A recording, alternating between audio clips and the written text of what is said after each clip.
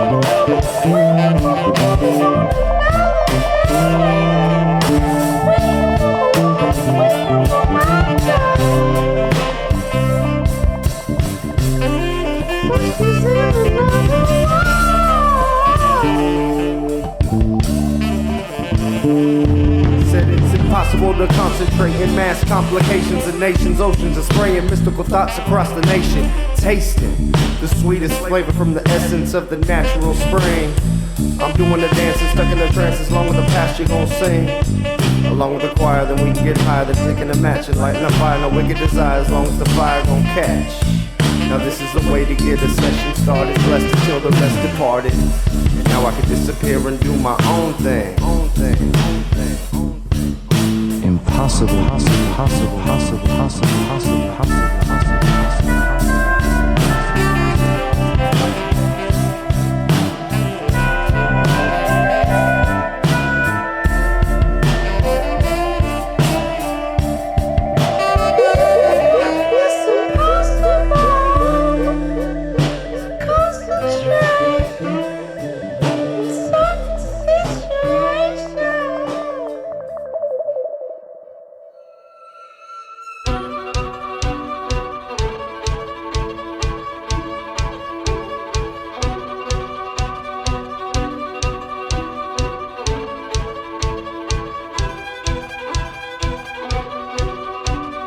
Waiting for the news, so hold on to pieces of hope, and it could be such a relief, but nothing good ever comes out. Waiting in the reeds to choke on the pieces you're dealing, but I'm healing like a demon. It takes one to know one, he says, and though you're cold, you always will ride and be gone. They're out there fighting for you, long gone. You always will ride and be and I'm the villain.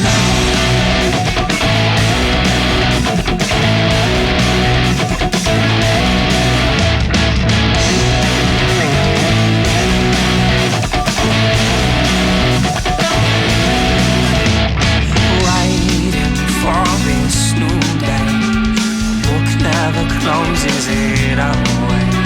The rage on like a season. Nothing could ever comes out, though you're cold. Your war is already begun. The shots are fired and you're cold. Your war is already begun, and I'm the villain now.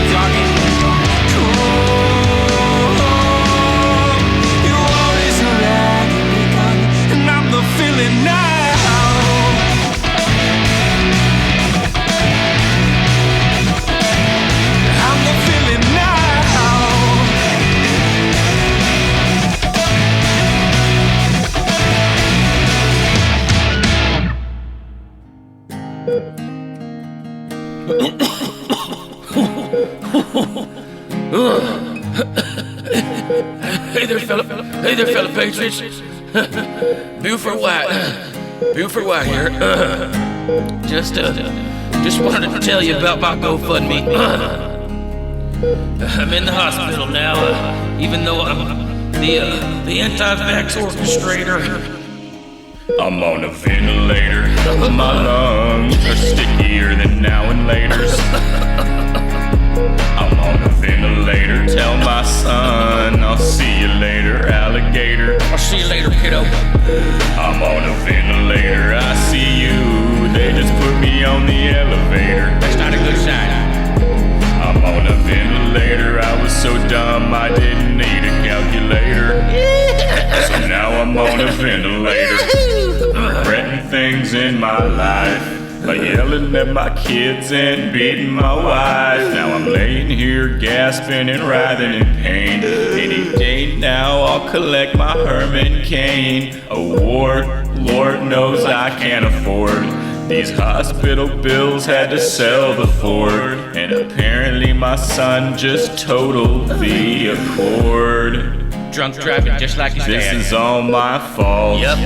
It was a simple task. All I had to do was shut up and put on a mask. My Stay choice. indoors and use DoorDash. Instead of getting angry, should've got the vax. Freedom. Can't believe I used to be an educator. Last time I saw my wife was through the litigator. Now I'm laying in this bed flat as the equator. Somebody please call the nurse. I'm on a ventilator. My lungs are stickier than now and later's. I'm on a ventilator. Tell my son, see you later, alligator. I'll see you later, kiddo. I'm on a ventilator. I see you. They just put me on the elevator. Why didn't the ivermectin work? I'm on a ventilator. I was so dumb I didn't need a calculator. I'm coming, Lord. So now I'm on a ventilator.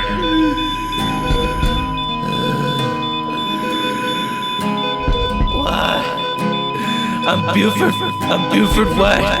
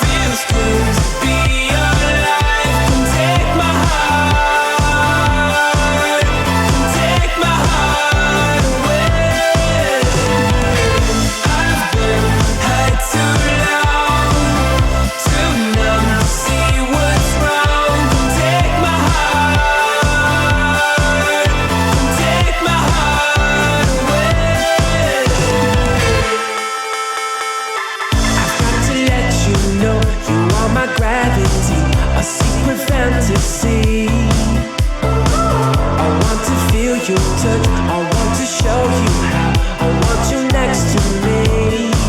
Just you and me will always be so beautiful. It's all I ever need.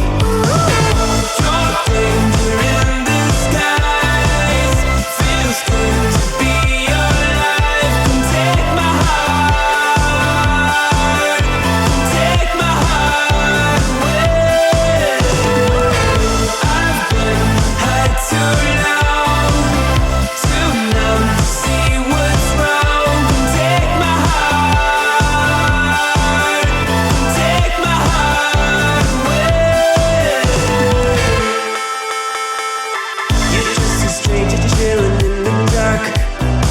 Black magic whisper, I can feel a spark. I don't see what's right, I don't see what's wrong with having fun.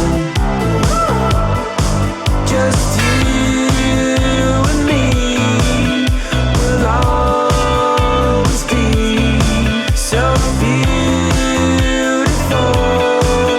It's all I ever need.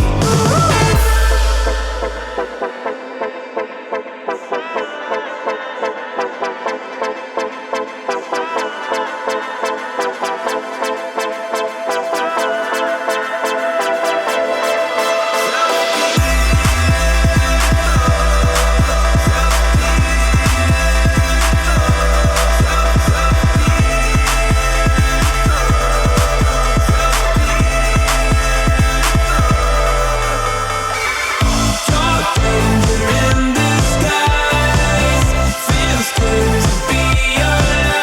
Come take my heart,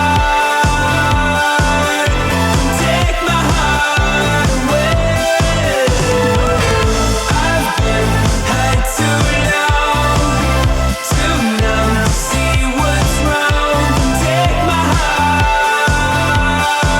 come take my heart away.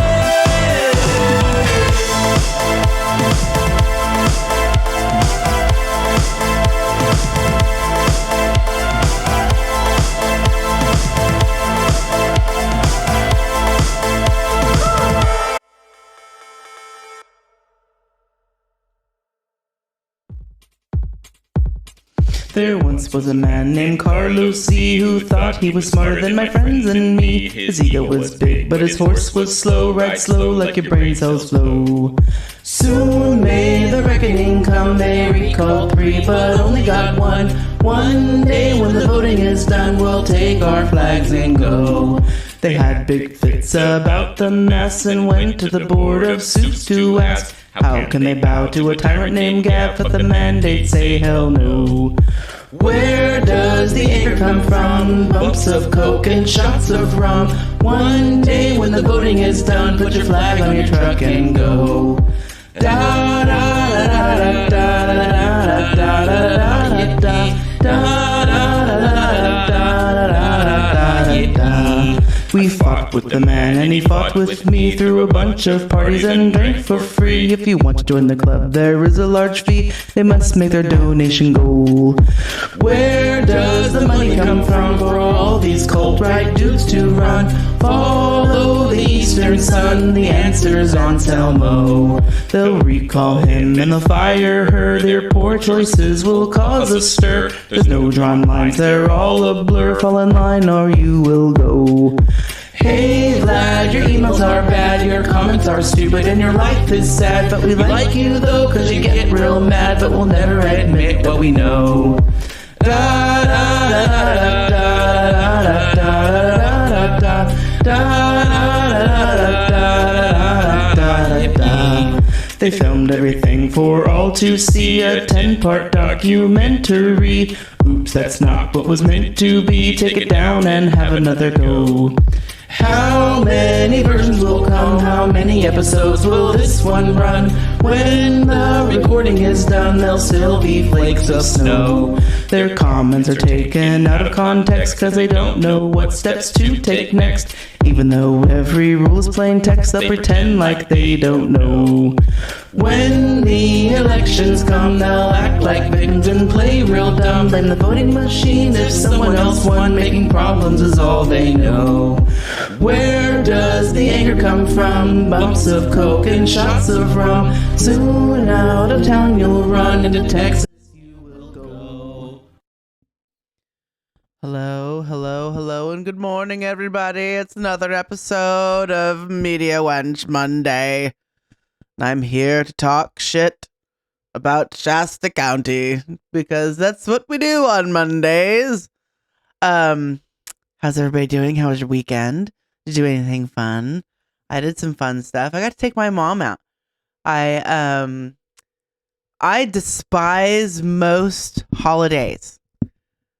Most of them. Especially like Valentine's Day, Mother's Day, Father's Day, Grandparents' Day, all these little ones. Like, my favorite holidays, New Year's Eve, Halloween, and Thanksgiving. Really, those are the three. Those are the three favorites, right? I don't even really do anything for Halloween. I just like that I have a house now and I could decorate it and make it look cute.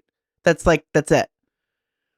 So, but I know those like fucking Hallmark ass holidays mean something to my mom. So I decided she had a party she wanted me to go with her to. So we went to that. But then I took her out to dinner afterwards. And got her a little crossfaded. We got to go hang out, do some cool kid shit in the city. That was fun. I get to go to the city this coming up weekend because I'm taking fucking Flying Syringe out. And that's going to be a blast. We're going to go be video witches in a White Fuzzy Bloodbath video. So whenever we get our little pause on that, I'll make sure to ask Elise that if we can premiere it here on the channel. It'll be fun.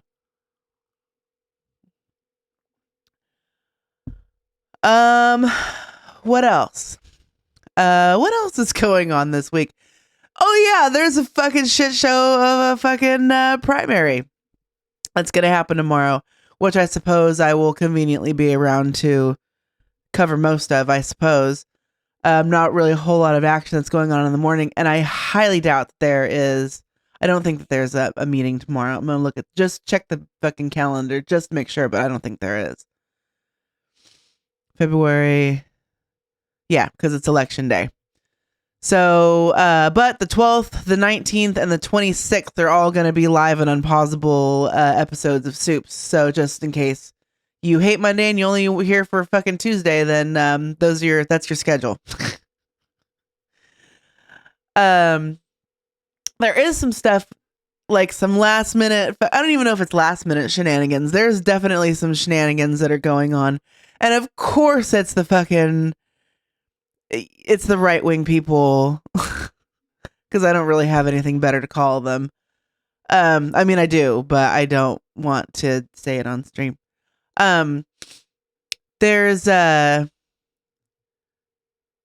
So I don't know if most of the chat is familiar with the mean nanas, like the old ladies that are just kind of fucking super assholes. When they go up and they talk at the Board of Supervisors, there's one, her name is Bev Gray. She has the short hair, and she's like the election mean ma. Thank you. She's got the short hair, and she's always like either right before or right after Dr. Laura Hobbs talking about election fraud.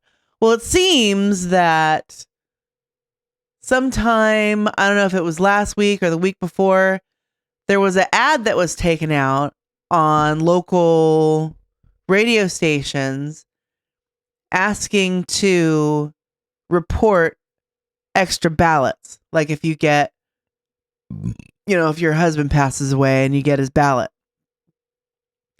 or if your kid went off to college and you get their ballot, and then they get one wherever they're at registered. Because extra ballots happen. It's whenever all the ballots get tallied, whether they catch ones that have been submitted twice or whatever. That's how elections work, if you would imagine. So they decided that they were going to create a hotline for you to report and submit these extra ballots to, which went to mosquito vector and control conspiracy theorists. The Japanese are using weaponized mosquitoes to give you the vaccine. His wife's personal fucking phone number to report these fucking ballots to. So the registrar of voters and everybody had to put out like a whole ass public service announcement, like, this is not anybody that's associated with the Shasta County Registrar of Voters. This is a private fucking citizen. Like, it's all bad. They got really fucking taken in with this whole, and then of course Nathan's got to go stick his nose in, so he sent Bev Gray a message pretending to be somebody else and got her to admit the whole fucking scheme, and then was like, haha, just kidding, it's Nathan Blaze, you asshole. And so you know how all that shit goes. And it's even like all this stuff has even crept its way into Nextdoor, and where people are like torn on whether or not they like Nathan, but think that like the last couple of videos that he made were like pretty spot on. So it's funny to watch everybody. They're consuming each other, and it's fucking hysterical. I'm here for it personally. I love it. Yeah, you want to watch the fucking? We could absolutely watch a clip of John Knight talking about how the fucking mosquitoes are weaponized and to give you the jab. I wish I was making this shit up, but I'm not. That is shit that fucking people are actually saying. I don't know if they believe it, but they're saying it. But first things first, let's go ahead and check out what's going on KCNR, because I think that we have a Sunday show to listen to. Hi, honey. I can't wait to fucking come grab you on Friday. I am super excited about that. I get to go fucking kidnap Flying Syringe.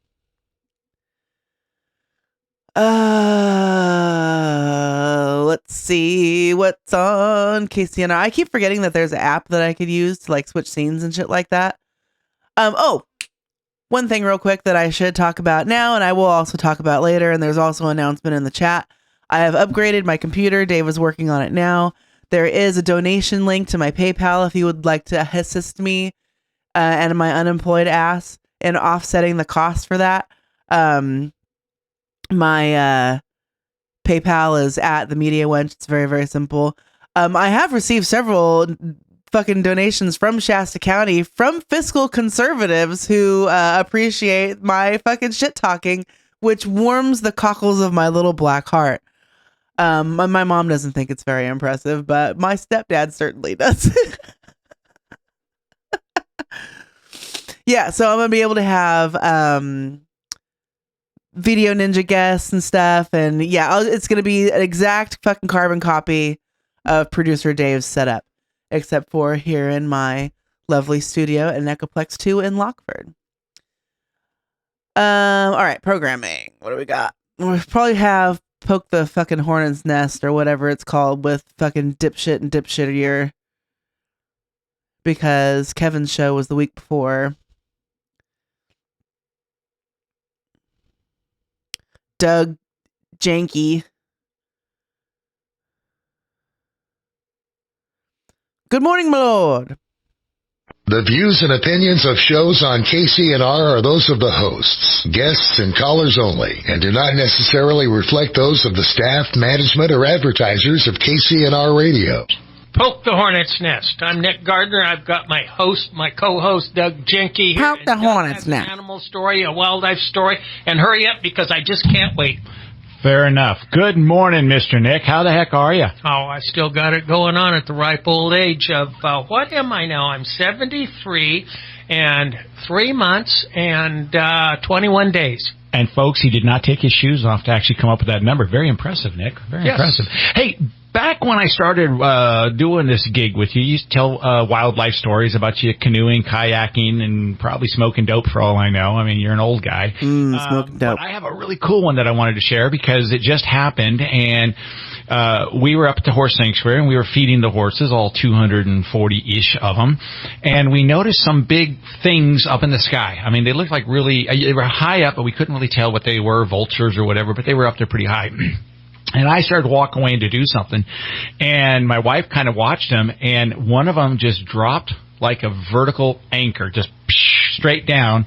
And in the middle of our pond, because we have about a 2-acre pond, there was a white snow geese. It was a bald eagle, came from a height of just craziness and came straight down and took out that snow goose. It was amazing.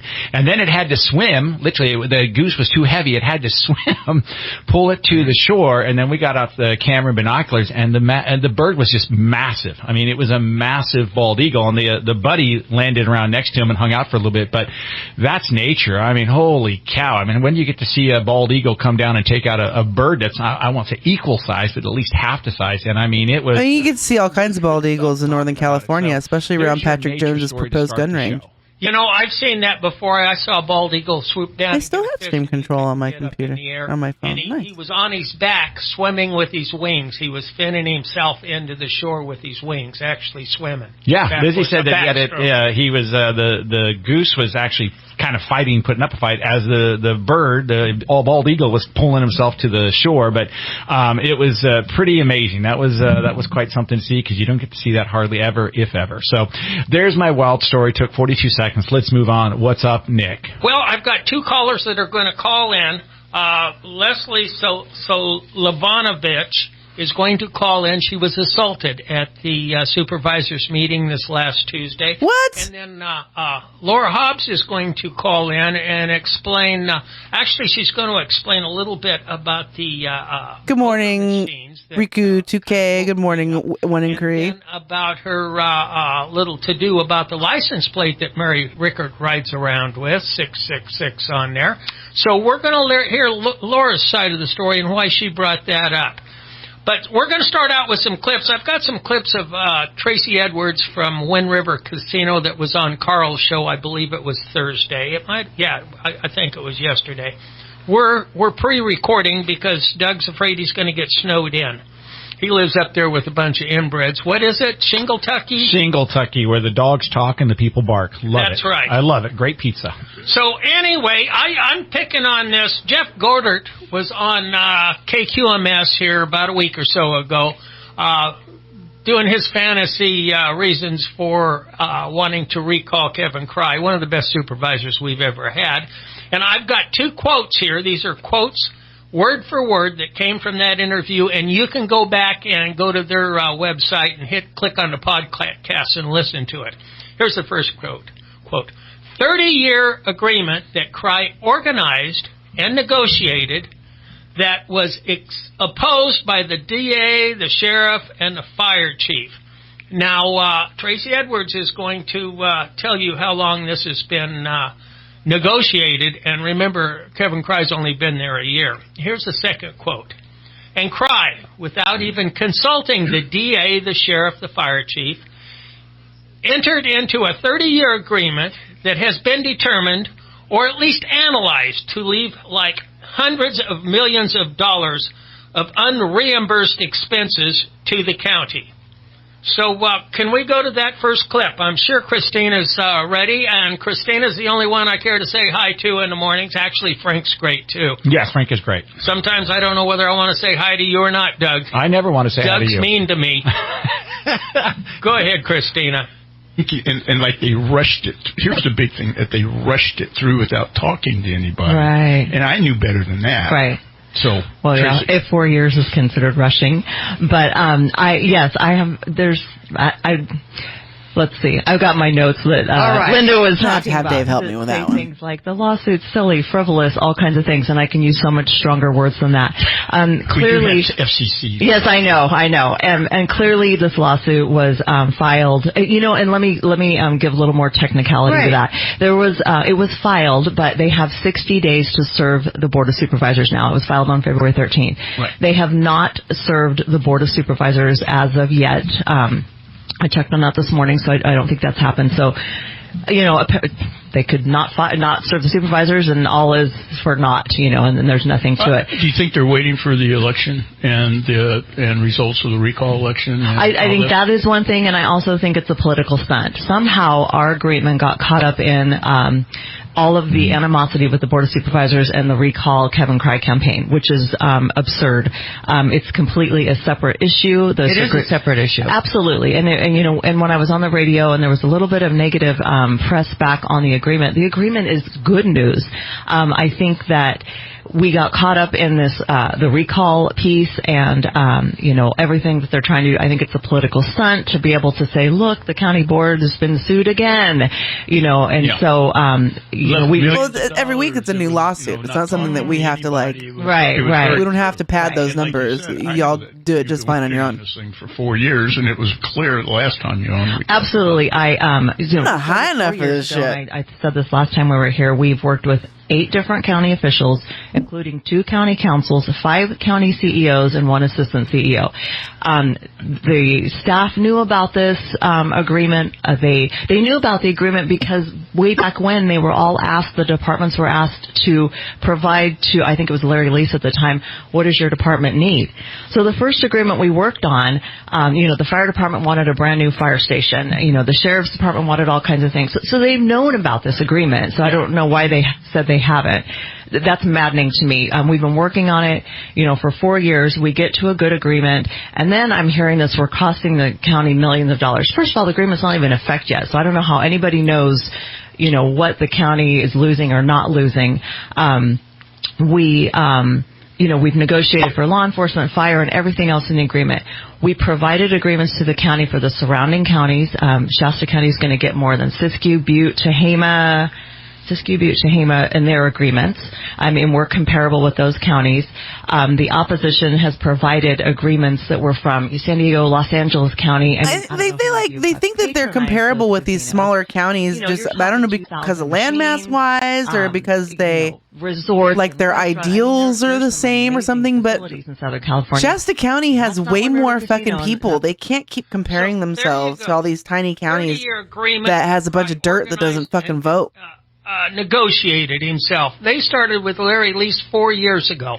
Lion Jeff has his facts mixed up, I suspect. Well, that has been the hallmark of the uber liberal rhino recall Kevin Cry BS, is the fact that they keep spouting this crap off, and none of it has been true. The fact that he's cost, he voted for the Dominions, that part is actually true, and I thank you, Kevin, handshake.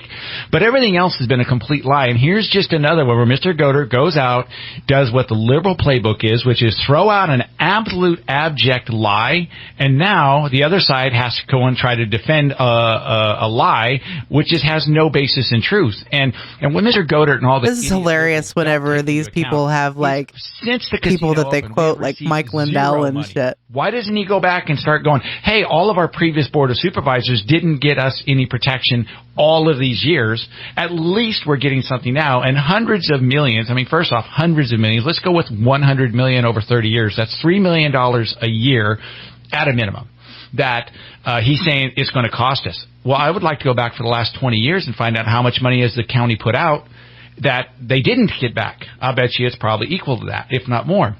So for them to sit there and make those statements, again, just shows that there's not a single element of truth to what the recall had and what Jeff Godert said about this, because there is the lady that says that started 4 years ago, which by my math, which is pre-Common Core, was 3 years before Kevin Cry.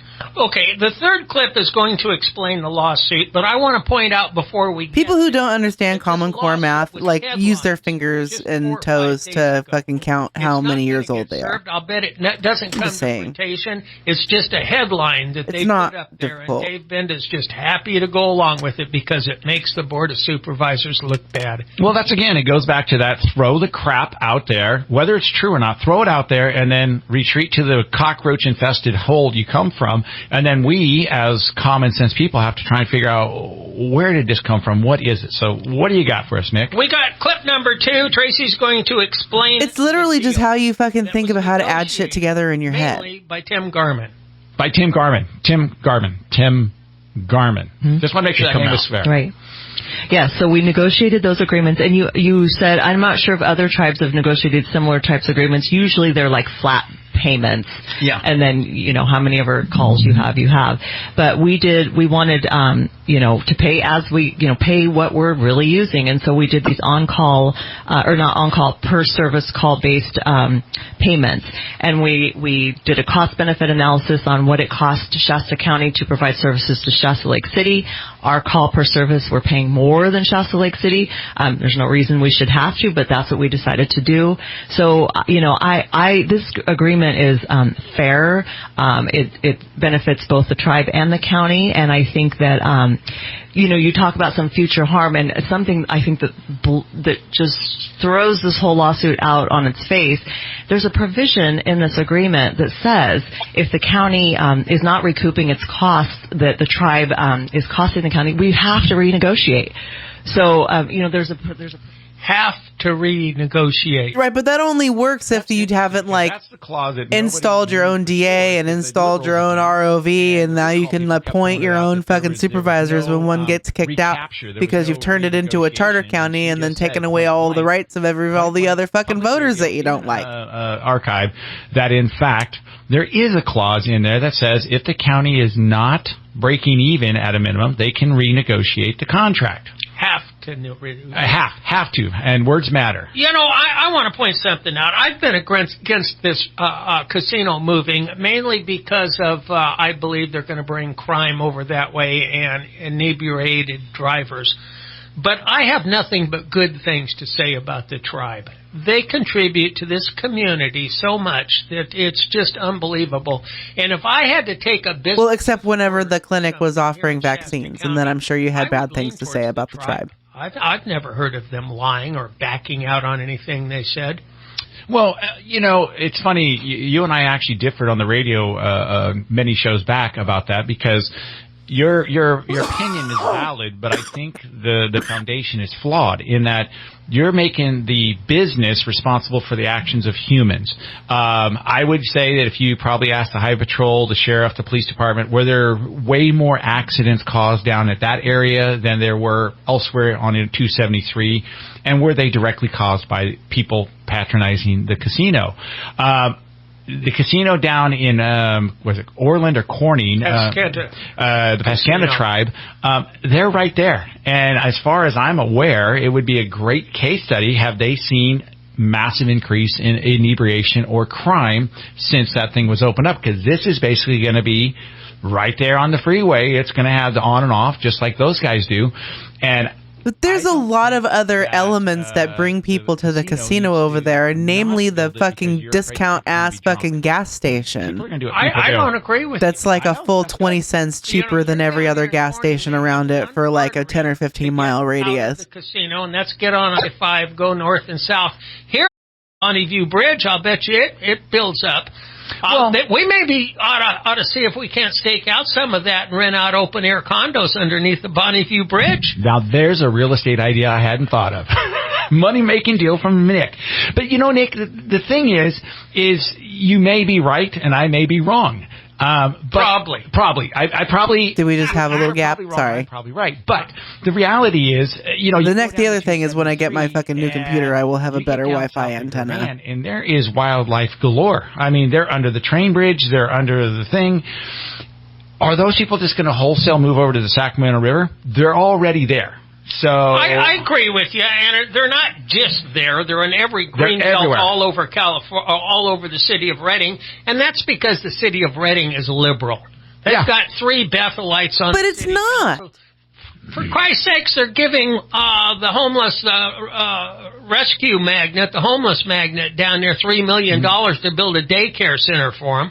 To get more homeless. That's right. Well, no. Oh my God, these people are such fucking assholes, and I'm glad they're old and gonna die soon. This is 8-9 years ago. He said something to the effect that there are something like 52, maybe 60 now, organizations catering to the homeless people. Programs. They're catering. Well, you feed the bears, you get more bears. What we need to do is start putting the money into law-abiding citizens. We need to start making businesses whole for the damage these people are causing. Let's hear this third clip. Well, the city can't make the fucking businesses that get damaged by homeless people whole because it's private property. Are you ready to clip? Oh, she's ready. California Land Stewardship Council, LLC. Okay. And have we heard of them before? It's funny when nobody seems to be able to find out who that is. No. So this was incorporated on February 5th.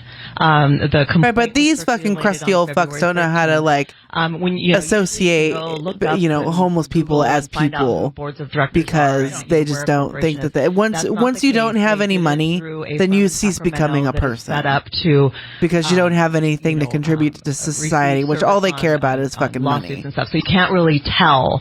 But what you can draw anything you want, but what we have found out so far is that the LLC, the attorney who organized the LLC has worked for decades at a big San Francisco law firm that did legal work on behalf of Sierra Pacific's insurance carrier in connection to a wildfire lawsuit. And the attorney currently representing the LLC has recently represented Sierra Pacific as a real party in interest in the California State Court of Appeals. I don't know. You draw the. I'm not saying we know for sure who's behind it, but wasn't there another organization that came with them? I may have misunderstood when I was reading it about something about the car fire. Get them. So when I heard California Land Stewardship Council, I'm thinking to myself, that sounds really familiar. So there was a nonprofit set up under the same name. So it would be the California Land Stewardship Council nonprofit that receives money on behalf of the car fire. Okay. So what I've heard is sometimes people will incorporate under familiar names so that it gives them some credibility. Okay. So I'm not saying there's a connection there. So there could be not a connection. Right. Okay. I don't think there's a connection. So but we don't want people to think that there is. No. But I think it's a ploy, it's a tactic to set up a corporation that may give it some, that it doesn't really have. Okay. Maybe Jeff will go back and find another name. Well, maybe. I mean, obviously he stole from another one, if that in fact is him. So very interesting. And I'm a little in the dark. So the lawsuit. I live in Shingletucky. What has happened in the last couple of days that I missed? Well, I think they're trying to throw out the agreement that the tribe made with exactly. Agree for services down there. Oh, I think it's a great Nick. I think it's a great idea. I think we should go back and Jeff to negotiate it, so we'll get hundreds of millions of dollars. And I think it's a great idea. And let's just go back to where we got no money. We got zero money. There you go. That's a liberal win-win right there. Take away something that is actually positively going to impact. Oh, like impact fees? Our bottom line and provide service. No, get rid of that. Let's go back to not having any money come in at all and no obligation from the tribe. Okay, we've got Leslie on the phone, but we're going to have to wait till after the break. I don't know. I'm real interested in who assaulted Leslie because I highly doubt that she was assaulted. And she's salty, but that's not the same thing. Walking up to the business I was at, and he had a shirt on that said McLeod and something about the city of McLeod. And I says, "Hey, you from McLeod?" He said, "Yeah." And I said, "How long you been there?" He says, about 6 years, but I've lived in Redding almost all my life. I said, "Really?" He says, "Yeah, as a matter of fact, I was a police officer for 30 years. Oh. And I said, "Well, you've been through quite a few police chiefs, haven't you?" "Yes." I says, "Which one do you think was the best police chief?" He said, "Pleddy. Pleddy wanted to get something done here." Yep. And that's why they run him. Oh, that must mean he was an overbearing fucking dick who just, threw people in jail for being poor. One day he was walking down the hall and Modi come in his arrogant style.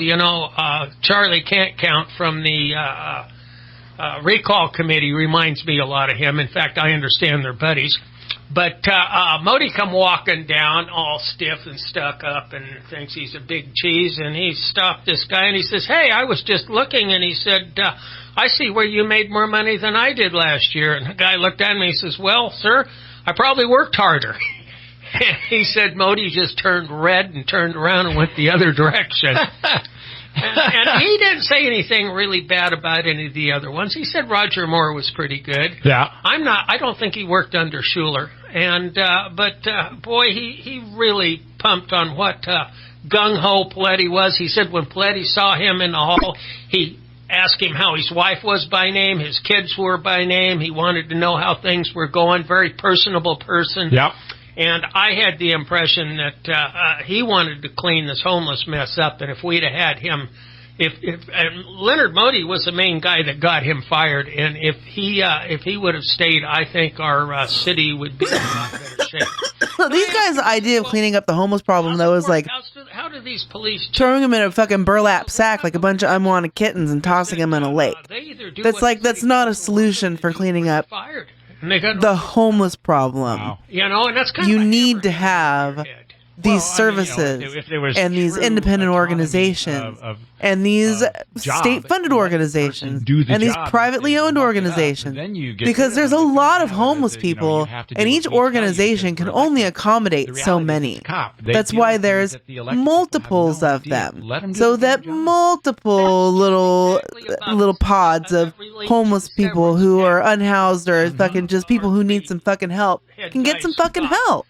Let them do their job. If they muck it up, you can fire them, and they won't get the severance package. But you can't fire him just because you don't like him. You'd like somebody else to be in here. Or Patrick, Kevin, and Chris hired him, and I just don't like that. Yeah. Well, it's funny is when I got to do a fair bit of stuff, I won't say that Rob Paletti and I were best friends, but I got to interact with him a lot as the president of the Realtor Board, and I always got the impression from him as a straight shooting, wanting to get it done, clean up crime, and I was really kind of sad to see him go because I thought he was doing a heck of a job. I did also. So, but yeah, we're. Let me make one more comment about this. Well, this is from yesterday, so I don't know when the. And as far as I'm concerned, this when the article. is going to define which article are you talking about? Shasta County is liberal or conservative. Yeah, and absolutely. I've been watching all these newbies move into our community, leave the nest they fouled, and come into our community and bring with their politics. bright ideas and fouling our community too. Well, we should do what they did in Idaho. I think the governor put out a billboard, somebody was telling me, that said, "Don't Californicate Idaho." And basically it was being, pretty upfront about it. Welcome to Idaho, but don't destroy it like you did California, because that's like, I live in California, obviously. I don't feel like it's destroyed at all. In fact, I was just in San Francisco the other day, and I didn't see a speck of feces on anything. Cancer where they land, but maybe it was just because it was raining. I don't know. Didn't want any of us Californians up there. If we even went up there skiing at Mount Bachelor or Ashland. Oh, really? Oh, yeah. 40 years ago? Oh, yeah. They didn't like us worth a damn. Now, but these idiots call, like, Nathan a big city liberal, and he's fucking... Okay, I'll get one more thing in before was born and raised in fucking Shasta County. Has cut out comments. Dude, so I had some friends. My nephew's girlfriend came out from New Jersey and said that our beaches were so clean and beautiful. It was like it was breathtaking. Our voice, because I got a lot of information. She said the East Coast beaches. I shared a lot of information. Are fucking disgusting. They have the hammer and they can decide what's going to be on comments, what's not. A news cafe, that chubby gal that runs it, she won't let me on their comments. She never has. And Record Searchlight, they cut off comments, I don't know, a year or so ago. And he must have been talking about Donnie's a news cafe. We'll let Nick Gardner comment. Good. Leslie Solana Sawyer or Sabana bitch. That's the other acceptable fucking.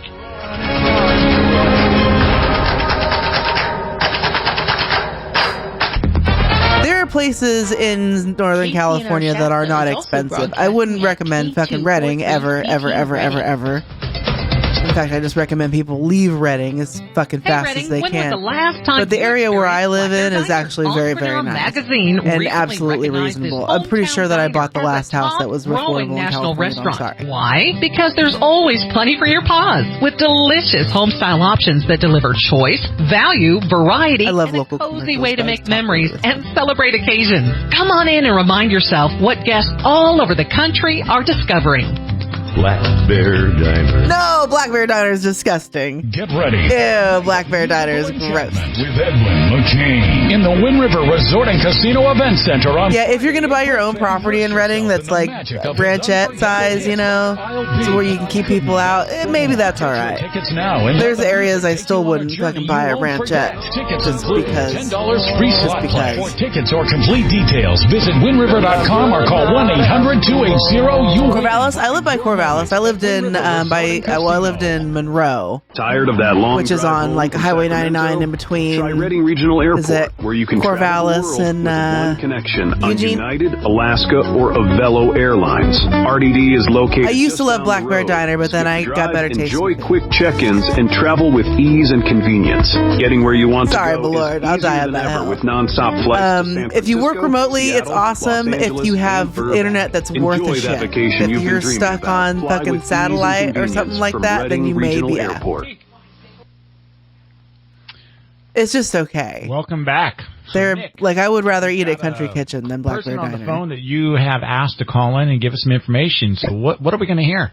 Well, we've got Leslie Sabanovich on the phone, and she was assaulted more or less by a guy named Christian Gardner. No, she wasn't. Last supervisors meeting.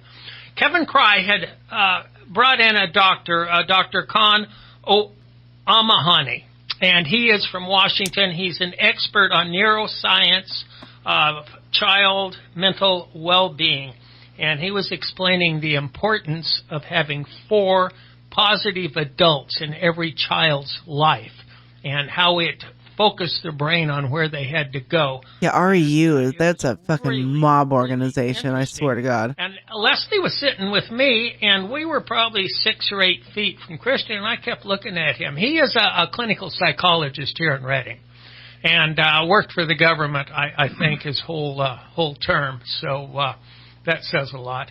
But well, okay, you want to go there, then let's talk about Lori Bridgeford. Shaking his head a little bit when this doctor would come out of point, so I could tell that he didn't agree with him. Well, the doctor got done and said goodbye. He had an appointment. He had to go. And I watched Christian get up and follow him right on out. And Leslie looked at me and she says, I'm going out there. I'm going to make sure he's safe. And then Kim Moore watched Leslie and she says, I'm going out there too. So Leslie, take over. Womp womp. Are you there, Leslie? All on from my side. Leslie. 2024, unmute yourself, dumb bitch. We can always cut that out. We're going to have to.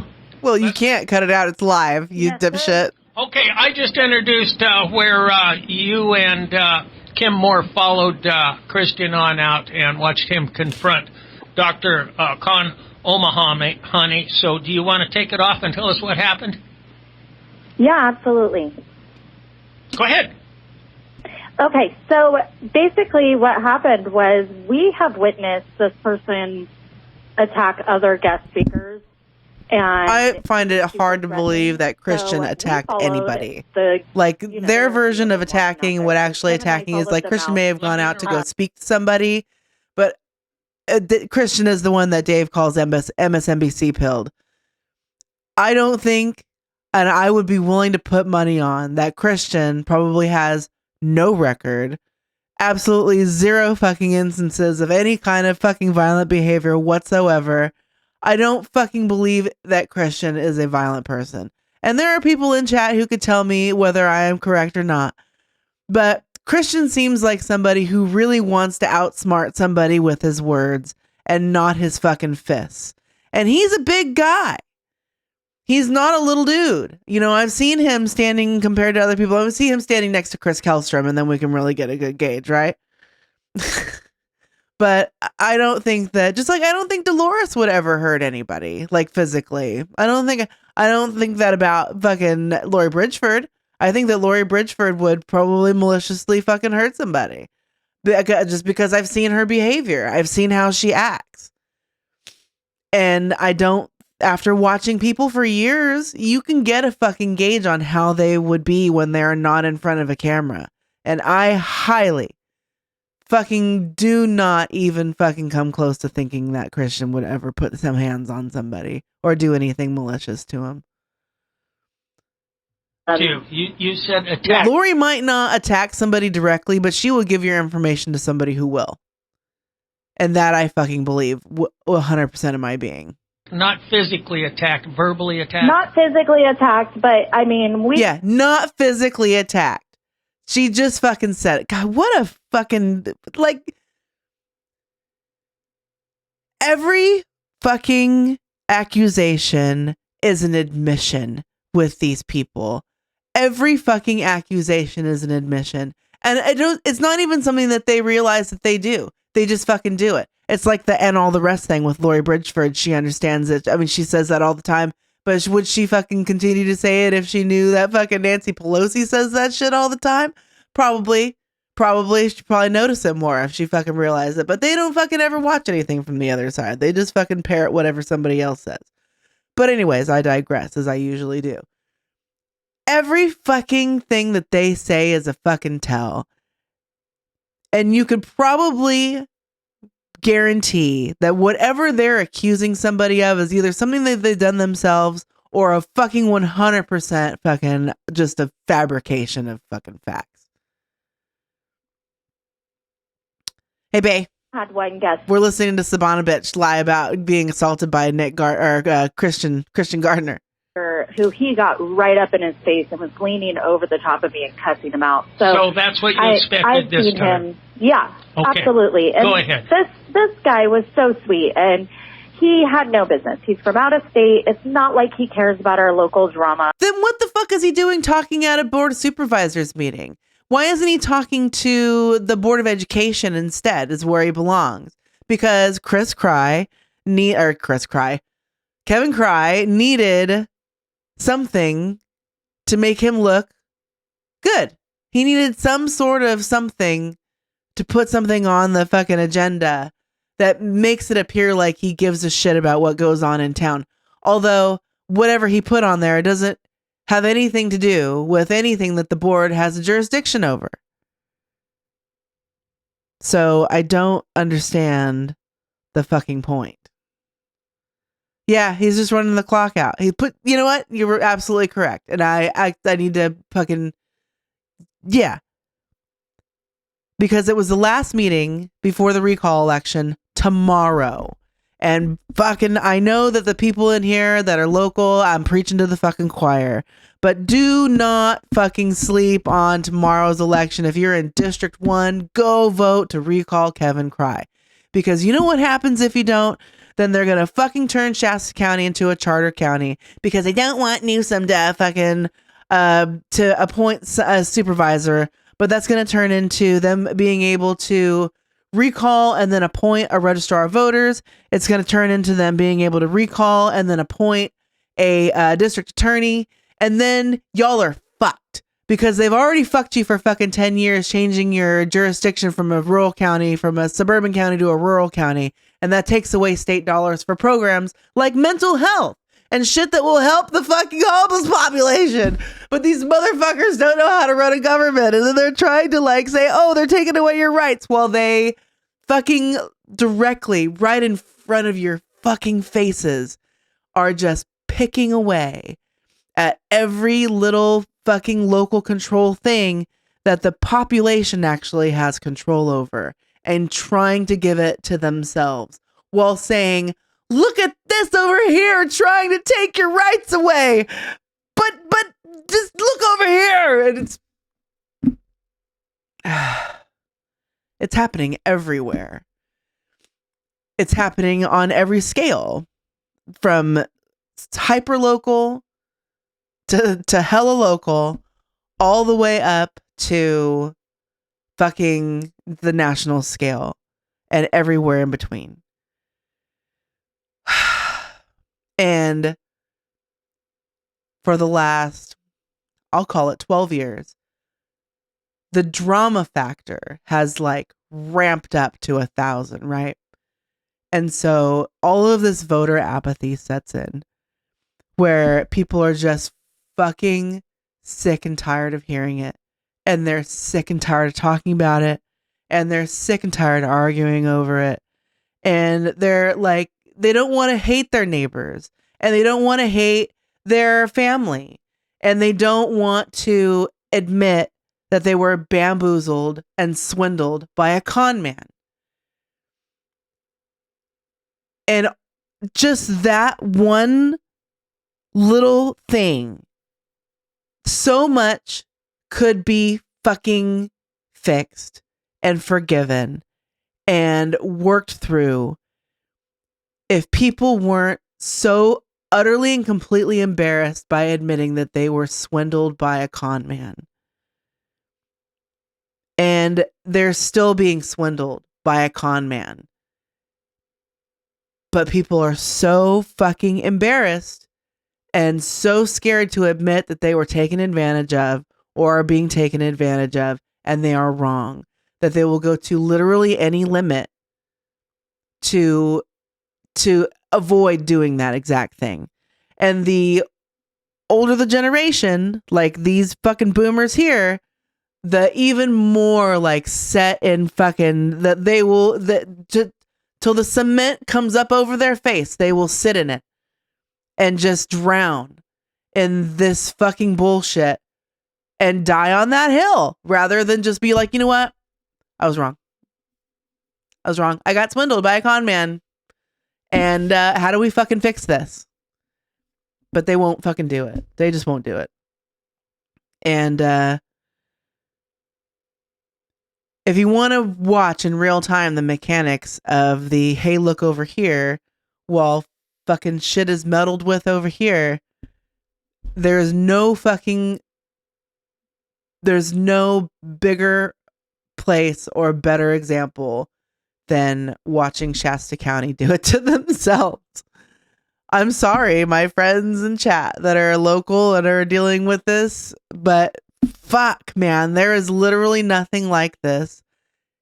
There's nothing else. There's nothing else like this in the country. This is where it's happening. This is the example. And I mean, there's other counties and other fucking city councils and other shits where it's fucking off the rails, but absolutely nothing like this. And it's like a high schooler's lesson and fucking in civics and how not to do it. There's no reason to follow him out and be confrontational. So we get out there and he's in his face about just nonsense. What do you think about the kids in, Croatia or New Guinea or what? And they couldn't even point, Leslie, you couldn't point out Croatia or New Guinea on a map. Parents with an agenda to push. Sir, I don't have an answer. I'm not saying that I could, but I know you can. And so Kim's like, that's it. This is going to take forever. And I was like, Kim, put my hand up, it's okay. And I looked at him. Bourgeois, if you have any real fucking questions about deep lore, I'll be happy to get into the weeds with you. Listen, this isn't a Producer Dave show. This is a Media Wench show. And if you want to get in the weeds, I'll get in the weeds a little bit.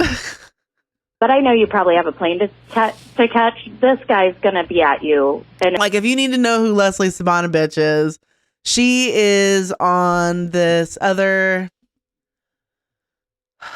Man, when I get a new computer, I'm going to have to work two fucking mouse. Two mouses. She is, where is this? Mountaintop Media. So Leslie Sabanovich does this show called We the Parents. This one right here, the We the Parents podcast. She's a Moms for Liberty chick.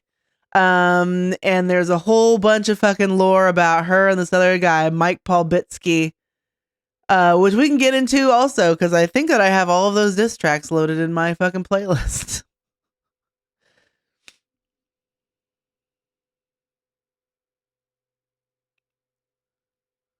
And it's not going to stop. So if you want to just leave, you can leave. And at that point, He gets up right behind me. Christian gets up right behind me. And hello, Drake. One of the security guys for the doctor was standing right there, too. And he shoves into the back of me. And when he does that, he inadvertently shoves the security guy, too. But he's shoving his whole body into me. And he does this twice while screaming, "These people have a political agenda to push." And I looked up at him because he's a good foot and a half taller than me. We're near a staircase. I don't feel safe. He's an idiot. I know he's an idiot. And I look up at him and I said, "Christian, don't touch me." To which he responds by shoving into me again. Well, he might be an idiot, but I'm not. So I stepped back because I have no interest in rolling down the stairs. And he's super aggressive. So I stepped back, and then one of the recall crazies comes up with a big sign and is like, "Have you heard about Kevin and what he's got going?" And I looked at him and I said, "The doctor's got to go. And he's not from around here. He doesn't care about your nonsense." And so then I kind of pushed that guy away. And, like, I didn't push him. I directed him away because the last thing that a guest speaker wants is to be confronted with some crazy guy in a sign yelling at him about something he's not even involved in.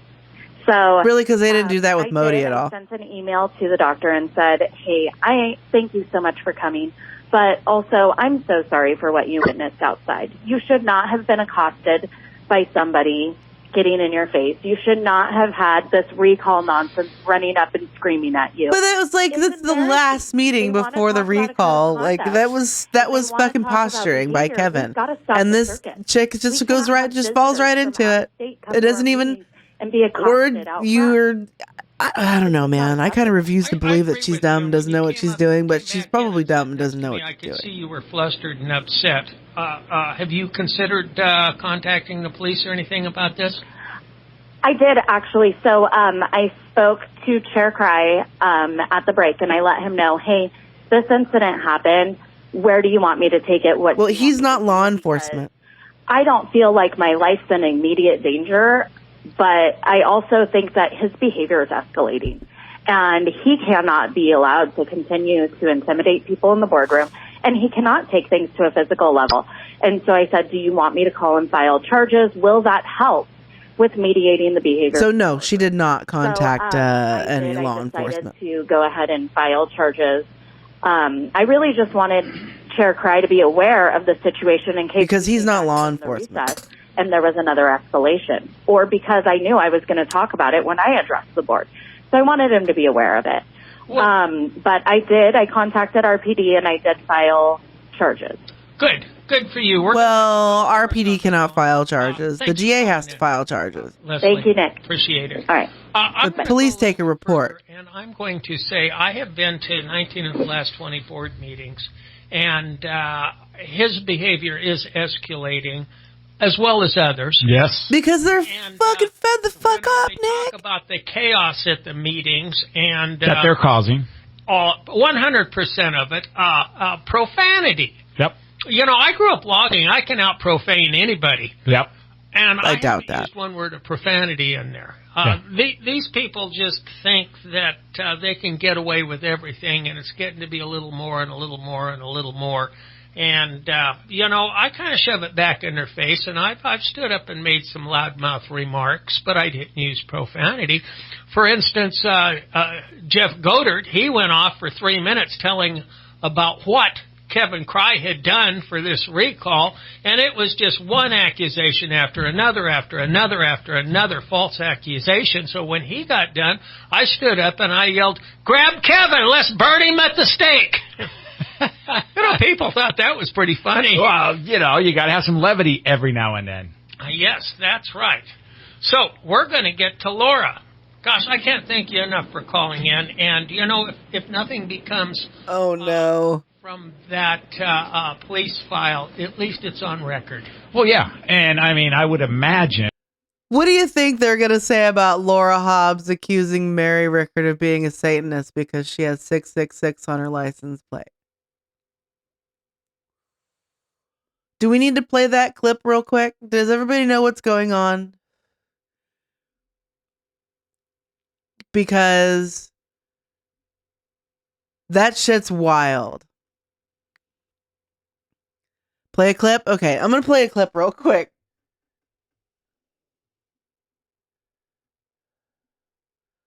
Log into my own damn TikTok. It's not all about you, Nathan.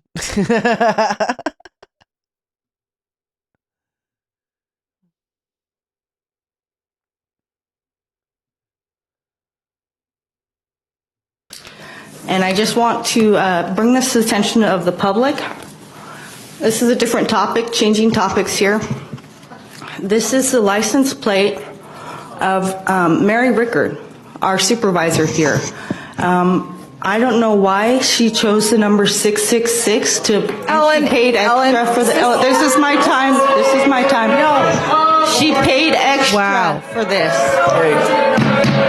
Hey, I don't think that's appropriate to show that. And I want to explain something to you. No, if you're gonna do that, I'm gonna explain something to you. That is a specialized license plate for agriculture. Let me. You want to know? People in the audience. You want to know the truth? I don't know. That came from the California Department of Motor Vehicles. I did not choose that. They sent that to me. You are being bizarre. Yeah. That is bizarre. I did not ask for that number. I did not. Call the Department of Motor Vehicles. You just embarrassed yourself. That's terrible. That's hilarious. From the floor. Supervisor Garmin. That's your girl, Kevin. That's your girl. Yeah, so that's what happened. Yeah. You missed it. It was really good, man. If you missed you can't sleep on these meetings anymore because they're too much. There's too much in them. And I would go back and watch that one again because it was off the fucking rails. And being that it happened it looks like to be outside of the building. What a fucking loon. Probably going to be some camera because nowadays cameras are everywhere. So there might even be video of the push, which would really, support the claim. No, because it never happened. You know, and I can't get away with anything anymore. I learned when I was young that the way to stay out of trouble was to run around with fat guys. I could always outrun them, but... now they got cameras. So, Laura, are you there? Yes, I'm here. Okay, well, listen, we're going to play this first one clip, and we'll let you explain this into detail about it. Okay, this is about the counting at the polling places, and we want to make this real clear to people because I wasn't real clear on it. So this is about counting at the polling places. They're not going to talk about... They're not going to fucking talk to her about fucking the 666 license plate thing. This is like the world falling apart and then the Fox News playing a story about pandas. California Elections Code 19003 that states any city or county ordinance shall govern voting systems unless otherwise a provision of the law is deemed consistent within this division. Therefore, I know it's confusing, but what this states is that the county laws and ordinances supersede any state laws in regards to voting systems. Yeah, and Dolores with the bra. The 666 license plate and a bra was displayed at the podium in the same meeting. This is... Oh, and... Lori Bridgeford fully brought up geoengineering and chemtrails, I believe, also. It was like a triple, but no Blecki. See, that's what we were missing. That's what made it seem like a real short meeting, I think, was that there was no Alex Blecki. It is incumbent on the county to dictate the manner in which elections are conducted. They also mention that according to Elections Code 19207, which grants authority to the county governing board to adopt any kind of voting system in combination of voting systems. Yep, and you committed exactly one destruction, Nathan. Under 19207, and furthermore, according to California Elections Code 19001, the real will of the electors will not be defeated by any informality or failure to comply with all the provisions of the law. If the real will of the electors in Shasta County is determined by hand counting, then enforcing AB 969 would be in direct violation of California Elections Code 19001. Okay, so So look over here at that, and not. By the way, this is Mary Rickard's license plate, and she's a Satanist because it says 666. I talked to Bazinko quite a few years ago. He was still sheriff. Me too. We went to an Italian heritage crab feed together. Law officer in the county. Yes, sir, I am. How come the city of Reading can pass an ordinance to grow marijuana, but the county has a law that you can't grow it? And he explained to me that the city of Reading was its own entity, and he couldn't interfere in that. So what she just said is just basically the same thing on a higher level. That we are our own entity, and the state doesn't have the right to interfere in that. Is that correct, Laura? That's correct, and we need to assert our rights. I'm afraid a lot of the people are not aware of the rights that we do have, the authority that we do have.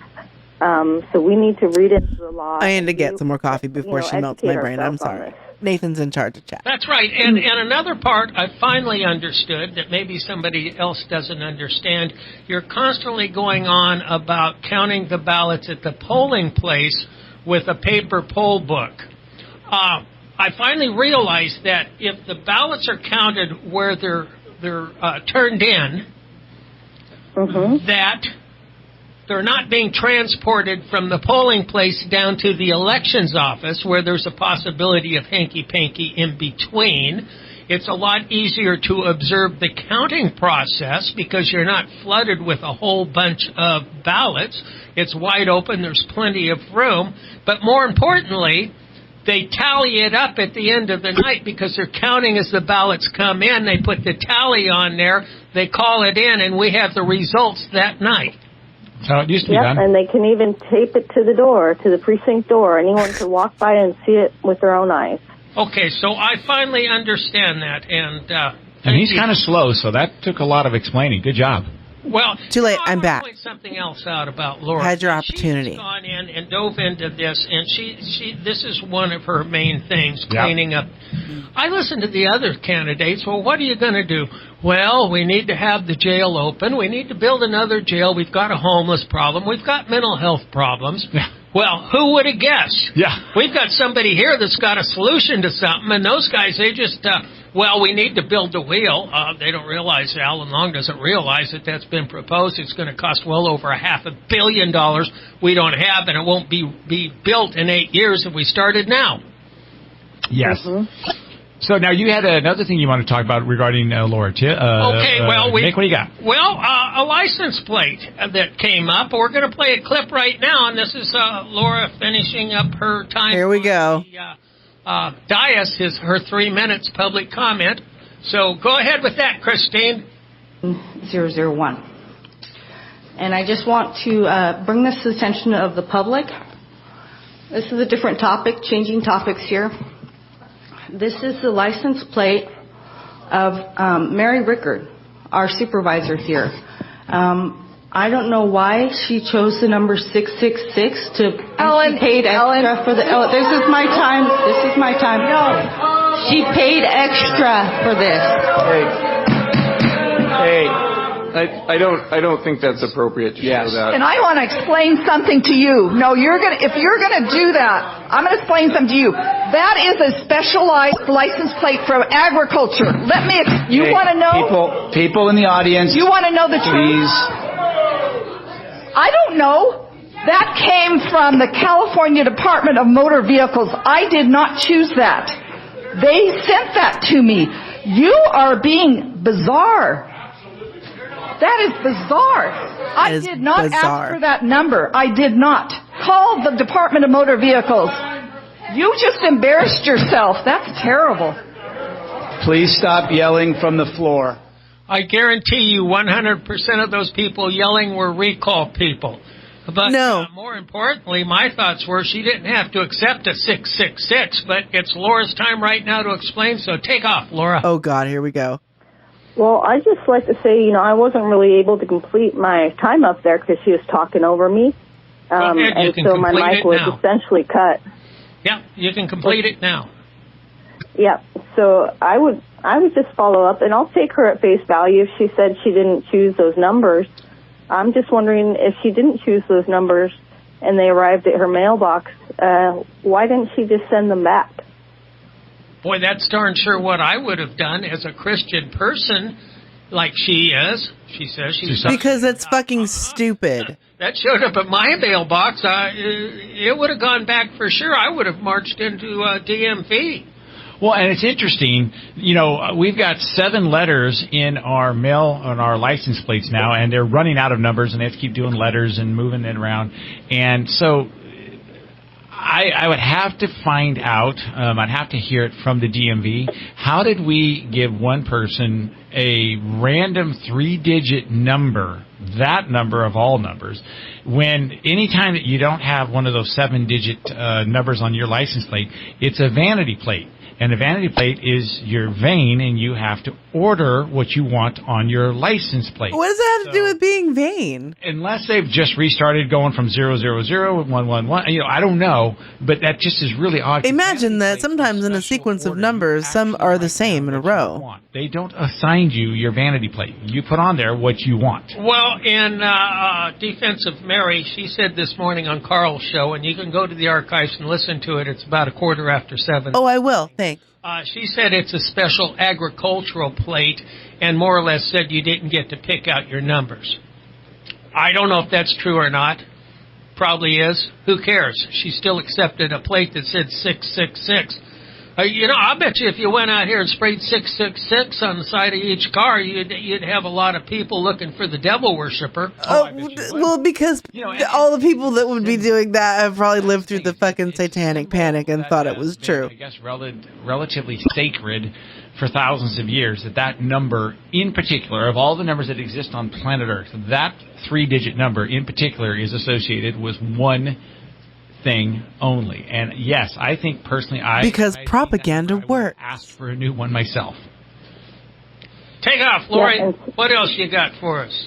Absolutely. I 100% agree. And, you know, just as members of the community, we have a right to know and to understand that. I say I wouldn't even get in a car that had a license plate with. I just want to harken back. Just I wish I had some background music that was all dee dee dee dee dee dee dee dee dee dee dee. Back in the day, when Echoplex was a child, was a baby, was a little teeny little baby network. I remember when all our fucking 4 friends were the only people that ever called into our shows. I'm just saying. That number in it, let alone, you know, drive around with that for years. Well, it shows poor judgment. That's what it shows, is poor judgment. And I wouldn't hire somebody like that, let alone elect them, that shows such poor judgment. I'm going to base all my fucking decisions on a number on your license plate. Could you be any more of a snowflake? If when she received that plate, did she, at the moment she opened it up and saw that number, this cup is wonderfully warm, feel uneasy about it? Did she, did it cause her a little bit of alarm that was the number that she's going to be driving around with for years? Because it's, it goes on a car for years. Do I have an idea? Did she actually feel uneasy when she opened up that package? That would be an interesting question, because if I opened it up and I saw 666, I'm telling you, I'm not a hugely religious man, left, right, or up and down, but I would have been like, yeah, give me 667. Well, at the supervisors meeting, these people all probably also think that the 13th floor of any hotel is unlucky. So instead of naming the 13th floor, they name it the 14th floor, and then still think that it isn't the 13th floor of the building. I'm not calling her a devil worshiper, but you're certainly pointing out poor judgment. Well, she's had a lot of that. And maybe she is calling her a devil worshiper. Are you, Laura? No, I have questions and I need answers. That's all. How dare you? I like to speak the truth. And how dare you want answers to questions? Just asking questions. Well, one thing I noticed about Laura at the forums for the candidates, when they ask a question, she answers the question and then gives reasons why. All the other candidates, they beat around the bush before they answer the question, if they answer the question.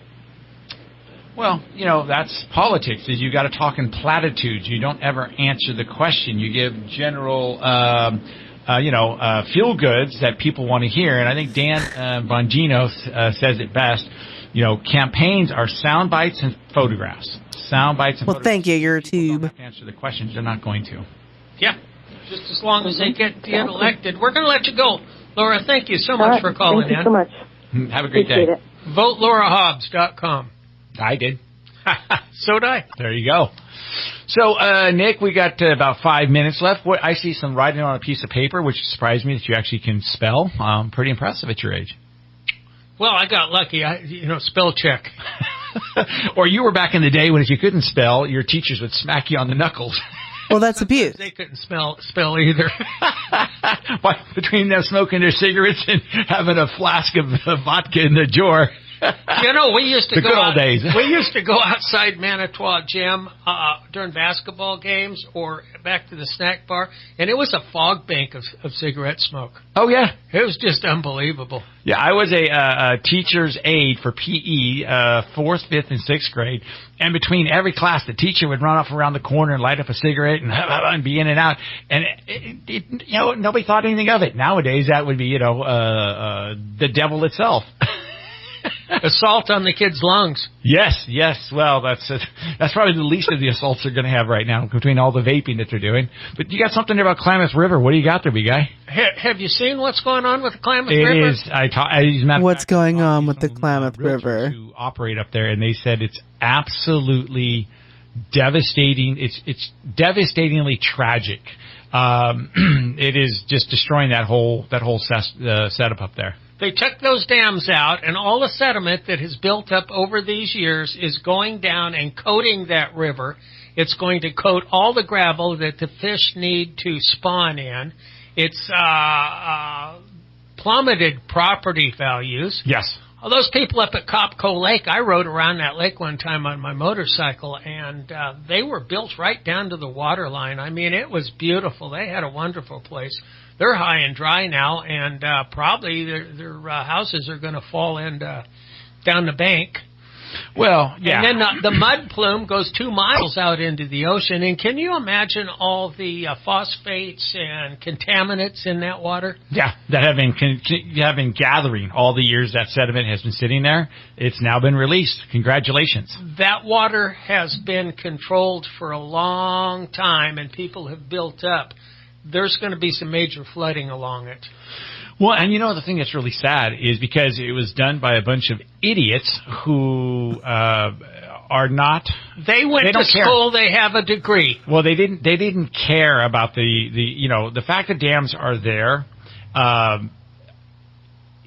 past history. But moving forward now, you have entire communities are going to be devastated by this. Oh, yeah, and I'll tell you something else. And you know what? Those same people are going to say, that's probably great. It'll take it back to nature as those houses fall in disrepair. Well, this government that we have, not by the people, for the people, of the people, this appointed bureaucracy that are book smart and common sense dumb, they come up with these ideas. And you can't convince them they're wrong. I'm convinced some of these major fires are done in purpose because they believe in 200 years they're going to be heroes. The forest has come back to its natural state just as soon as we get these people living in our 15-mile cities? They want it 15-minute cities. There you go. Yeah. Well, it's funny you mentioned the forest fires, and I did not know this until I talked to a CAL FIRE guy. And on the forest land or any federal land, if they see a fire trucks driving by, and there's 50 foot off, there is a fire started.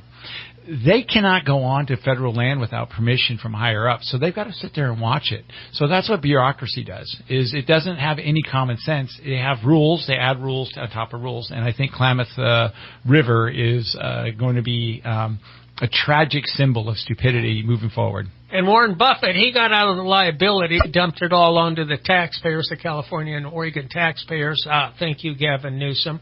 What was it? Berkshire Hathaway, they owned those dams. Oh, really? Yes. And when it came up time to renew their 50-year agreement, their contract, the fish controversy came up, and they were going to have to build fish letters or bypasses for the fish to go upstream. And that was going to be so cost prohibitive that he got out of it. I'm not sure if he turned ownership over to the state of California are just liability. But anyway, we taxpayers are stuck with the bill of jerking out those dams. And, any litigation that comes from that, because of taking out the dams, you'd probably be dead by the time it's settled. Well, and I mean, and who are you going to sue? I mean, the greenies convinced the government to do this stuff, and you really can't sue the government, hardly ever win, because you're paying for your lawyers and their lawyers, and it's going to be massive legal bills. And like you say, it may litigate for 20 or 30 years. It's not the greenies that convinced them to do it. It's the greenies. Dude, the fucking river is so high it was covering up the fish ladders last time I was in the area. Help. Well, Nick, in 2 weeks we got to be back here, and there's going to be no local election. What the heck are we going to talk about?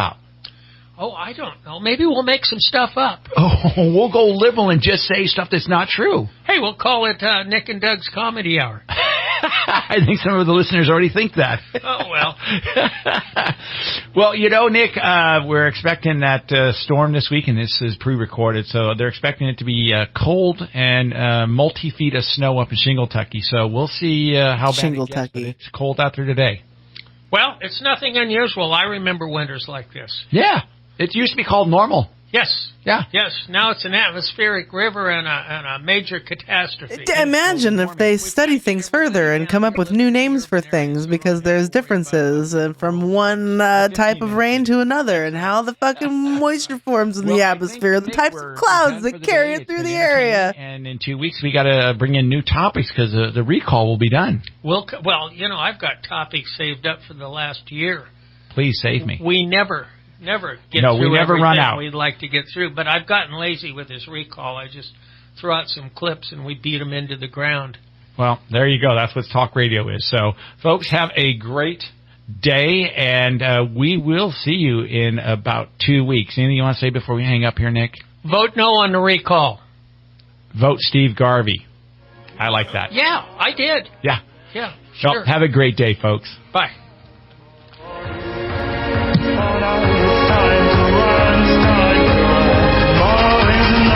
I think we're going to have to listen to Carl Bott's show from that day, because it had Mary Rickard on it talking about the license plate. We're going to listen to all the shit about the license plate. Oh, where's Carl Bott's dumbass show? Oh, God. Is it this Man Up with Carl Bott and oh, no.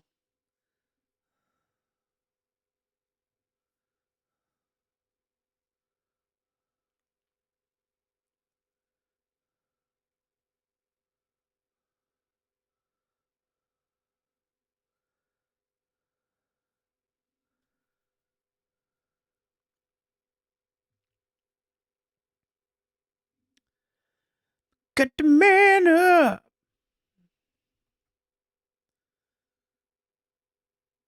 Ooh, Thursday, February 29th.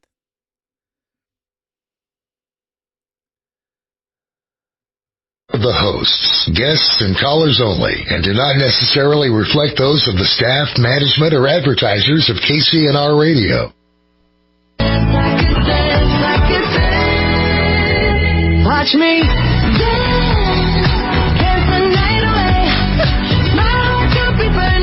Okay. Oh, yeah. Oh, here we go. That was loud. Hey. Because I'm so amped up. I'm very excited to be here tonight. This is Linda Bott. Of course, North State Now here. And we are live for the first day of February as we're launching into all of these amazing events that are going on. What? That's what I really like to talk about, because we listen to the news and we watch stuff and it's like, ugh. What? Anyway, so I love it when we can do things that we enlighten, we lift people's spirits, we do things that, that make us, our imagination grow and happy and commune. So we've got two wonderful guests. First of all, my co-host tonight, who I'm so thrilled to have with me. They just cut a clip so of this? happy you said yes, and that is our one and only Maria Orozco. How are you? I am super amazing. Thank you for asking me, Linda. I'm so happy to be here. Look at this. Will you co-host with me tonight? And And not only that, you got me turned on to Jazzercise, which just like this is not what. But at the end, I'm so happy fucking I've done website. it. That's the point. You did something you didn't think that you could push through. Right. And that's exactly why. And you got me the pink, what do you want to They call it? fucking download the wrong like damn these pink episode. straps that you can put on your knee. No, thank you. No, thank you. Where's the other fucking, oh man. I don't want to listen to Dave Wayne.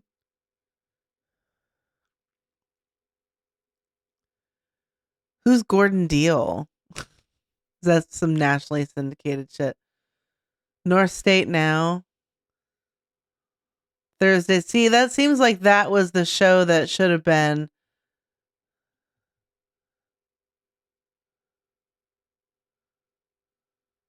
Did they accidentally do this? Hosts, guests, and instead of the other one? Will we find the right show here? Even when it wasn't in school, my mom would drive us up here on weekends to just check out what was going on. Nope. Well, that's some bullshit. Is there a new Sovereign Minds show? Probably not.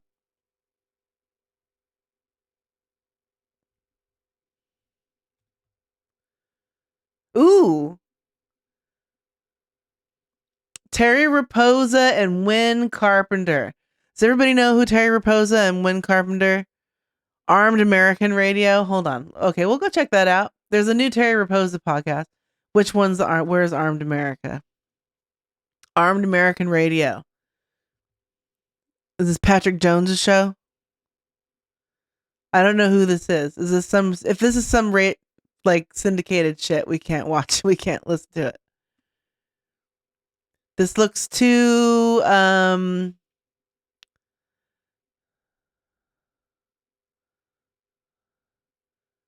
Mark Walters. Where's he from though?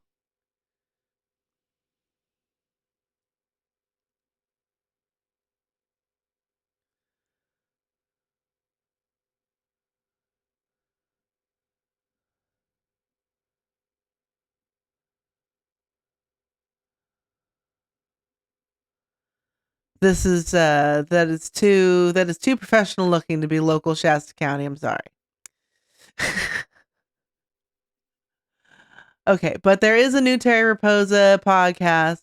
Is there a new Mark Kent podcast? It does look real snowflakey. And who's Red Smith? All right, we may have to go switch. Let's go switch over to Mountaintop Media. Because they have videos.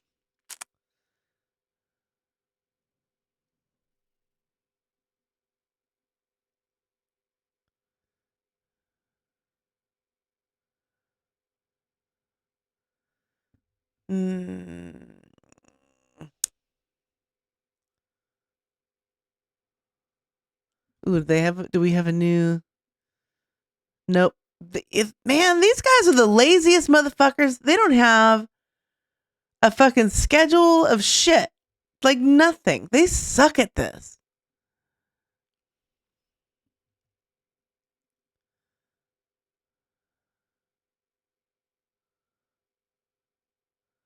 Did they literally just do it in the fucking studio? Are they not even fucking putting shit on here anymore?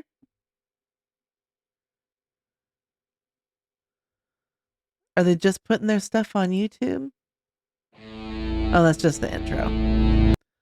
All right, well, let's see what it's got down here.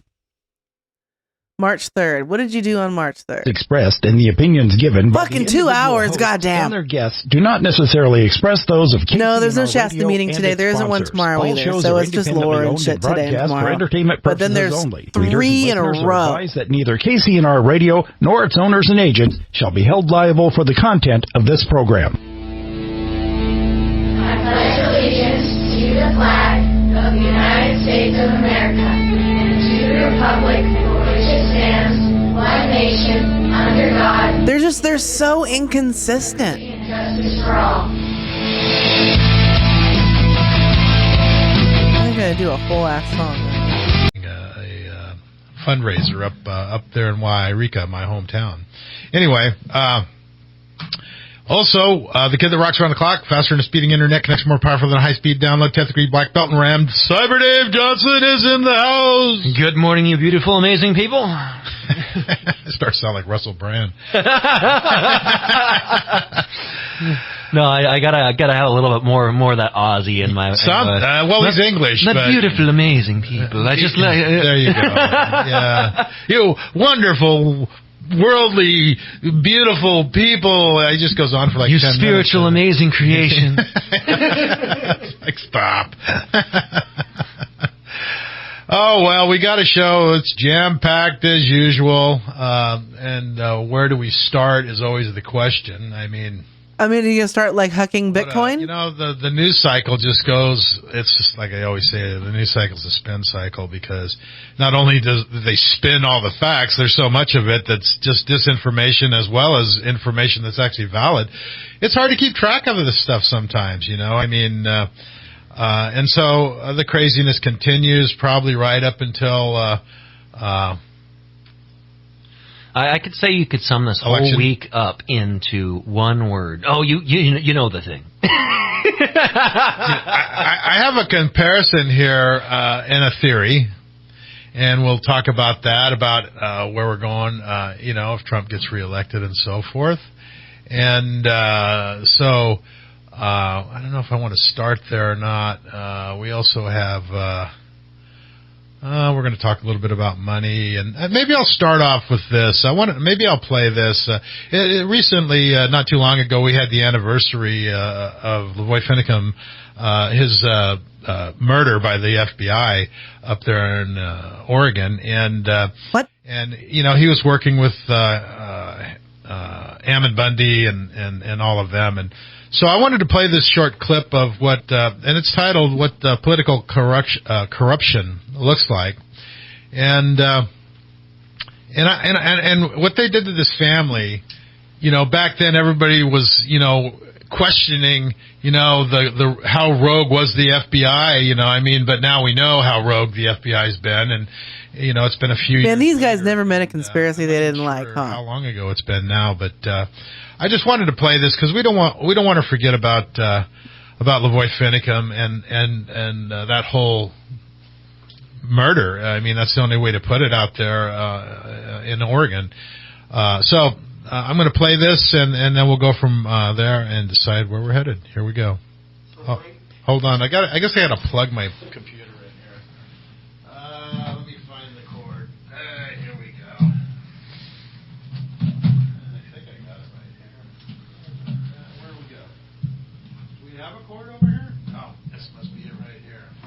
I got it. We're having technical difficulties, don't mind. Got it. All right, here we go. This is Ammon Bundy. Tell you here what we just discovered. But I have to give you some background. Now, you may or may not know, but my family and I were thrown into international media limelight because the BLM claimed they owned my father's ranch. And with over 200 armed federal agents, they tried to drive him off his land, killing his cattle by helicopter, burying them in mass graves, destroying the water infrastructure that was over 100 years old, tearing down fences and corrals, leaving baby calves to die by thirst or by coyotes without their mothers. When we peacefully opposed them with their snipers on the hills, BLM agents sicked dogs on us, tased us, and even body slammed an elderly woman to the asphalt. Now, I'm not talking about BLM, the liberal, communist, American-hating organization Black Lives Matter. I'm talking about the liberal, communist, American-hating federal agency, the Bureau of Land Management. People had had enough of them and drove them off the ranch. However, the heads of the Bureau of Land Management colluded with the heads of the FBI and the U.S. Attorney's Office, and they threw my father, brothers, and I in prison for 2 years, along with others who stood with us. In 2 major trials, we were all found not guilty of all charges. We spent 2 years in federal prison and were never convicted of any crime, not even a misdemeanor. However, the not guilty verdicts enraged the BLM, FBI, and the Attorney's Office. It is common knowledge that the BLM and the FBI hate the Bundys. They will do almost anything to see us destroyed. While we were in prison, the BLM, FBI, and the U.S. Attorney's Office changed documents, hid evidence, and flat out lied on reports and in testimony. When the chief judge found out about it, she freed us to go home to our families and made these statements in the court records. Quote, "This case is so grossly shocking and so outrageous as to violate the universal sense of justice. Here in this case, both the prosecution and the investigation agencies, BLM and FBI, are equally responsible." What's ironic is that these guys are going to talk like, not that, I mean, ACAT. Let's not fucking mince words here. But the people who are the hosts of this show are going to talk the most smack about the alphabet agencies, but then, like, in the next breath will give you 1,000 reasons why Redding needs another jail. That most, if not all, of these documents are authored by the FBI. There was at least 1,000 pages of discovery withheld from the defense. This court finds this conduct especially egregious. Especially, not especially. Fucking, you don't, like, nothing makes you sound dumber than when you say especially. To me, it's just like, it burns my ear. Documents and withheld evidence because they hate the Bundys and wanted us to rot in prison for the rest of our lives. But by the hand of God, we were delivered from them. However, they have never stopped seeking for ways to destroy us. Now, after baby Cyrus was taken, we found out that FBI agents were behind the scenes manipulating and pushing St. Luke's buttons.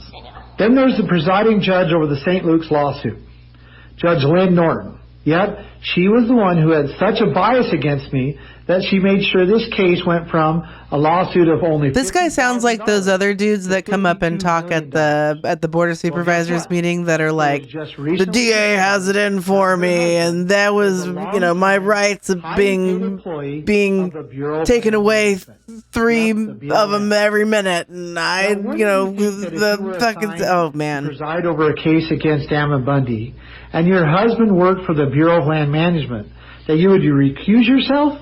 Why would the Ada County Court assign a judge to a case when she has such close ties and bias towards the defendant? Wouldn't this be a conflict of interest? This case is so public, and I have been in the Idaho News so much, that it would be impossible to believe that this was done by mistake. The Ada County Court not recusing Judge Lynn Norton is like 2 young teenagers making out in public. If they are willing to do that in the open, what are they doing in secret? The Ada County Court, at the request of St. Luke's Hospital, have taken my home, my farm. They have drove me out of Idaho and displaced my family. They took my bank accounts, my wife's bank account. They locked up all my personal assets. Now St. Luke's, with the Idaho courts, are blocking others associated with me from making business transactions. This is complete tyranny made possible by usurpation and corruption, all driven by hate and fear. Does any of this sound sort of vaguely familiar to what's happening right now with, I don't know, J6, Trump, Fani Willis, due process, lawfare, corruption? This is what it looks like, and we've been seeing a heck of a lot of it lately. Oh, and the other side that wants this, Trump's the devil, Trump's this, Trump's that, everything that the devil is doing is on the up and up, cool except dude. that it just keeps Trump is an asshole. apart on him because they're not on the up and up. They are corrupt. But whatever. They are political tools. And they take people's property without due process. The corruption is staggering. And, they violate the Constitution, routinely. Just like with Trump here in New York. I'm looking up the 8th Amendment right now. What it says is excessive. The 8th Amendment of the United States Constitution says excessive bail shall not be required, nor excessive fines imposed, nor cruel and unusual punishment. Is a $500 million an excessive fine for a valuation on a property where there were no victims of fraud at all because they can't have any? There's no fraud because the people they borrowed the money from got paid back. They agreed to the loan amounts. They agreed to the valuations that they came to terms on. Nobody lost any money. Everybody got paid back, but you can then now take all of that. And that's why people are fleeing New York, especially in the real estate industry, because it's different with Donald Show me Trump. where people are fleeing New York. He's the target at the moment. See, what the left doesn't realize is that it's only temporarily. You're right. The government lost money now, only because you're not the target. What happens when you become the target?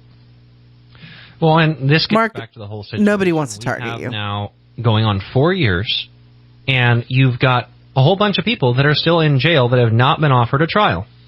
Right. How is that okay? Well, that's why I'm bringing this forward and kind of looking at what's going on now. We've got the J6 people, and I have a little clip here. I mean, you're not offered a trial if you plead no contest or guilty. Well. Let me see if I got this here. I can pull it up. They're so fucking dumb because they're so fucking they just sit around and fucking smell each other's farts all day. It's like they won't take on any kind of conversation with anybody else because they don't want to admit that they were bamboozled and swindled by a con man. And they will do literally anything that they can to avoid admitting, and takes the facts and tries to put them in line with reality. Even then, you're offered a trial. Okay, well, I'm not a fucking lawyer. The perceived reality in line with the facts. Obviously. So I'm going to play a little short clip from this, and then then we'll go from there. Here we go. After the 2020 election on January 6, 2021, while a congressional certification of the presidential election results took place in the United States Capitol, President Trump held a noon rally at the Ellipse near the Capitol in Washington, D.C. where he said, "Let's march on the Capitol and I'll be there with you." And then he didn't do that either. And urged his supporters. But from what we understand, he tried. By marching to the Capitol to show strength and fight like hell. Despite his speech where he stated that they should march peacefully and patriotically and basically remain law-abiding citizens, that part of his speech they always edited out when creating their skewed reports. Many of his supporters did march to the Capitol, where the media reported that, around 2:15 p.m., the mob broke into the building, disrupting certification and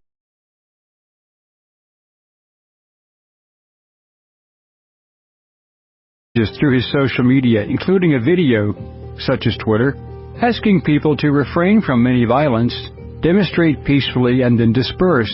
He even did a video message asking them to go home. In fact, according to Reuters, the FBI has found scant evidence that the January 6th attack on the U.S. Capitol was the result of an organized plot to overturn the presidential election result, according to 4 current and former law enforcement officials. The January 6th committee ignored the report. Dorsey, the liberal fraud who owned Twitter and was complicit in working with the government to suppress opposing voices during the election and during COVID, had lied to Congress under oath.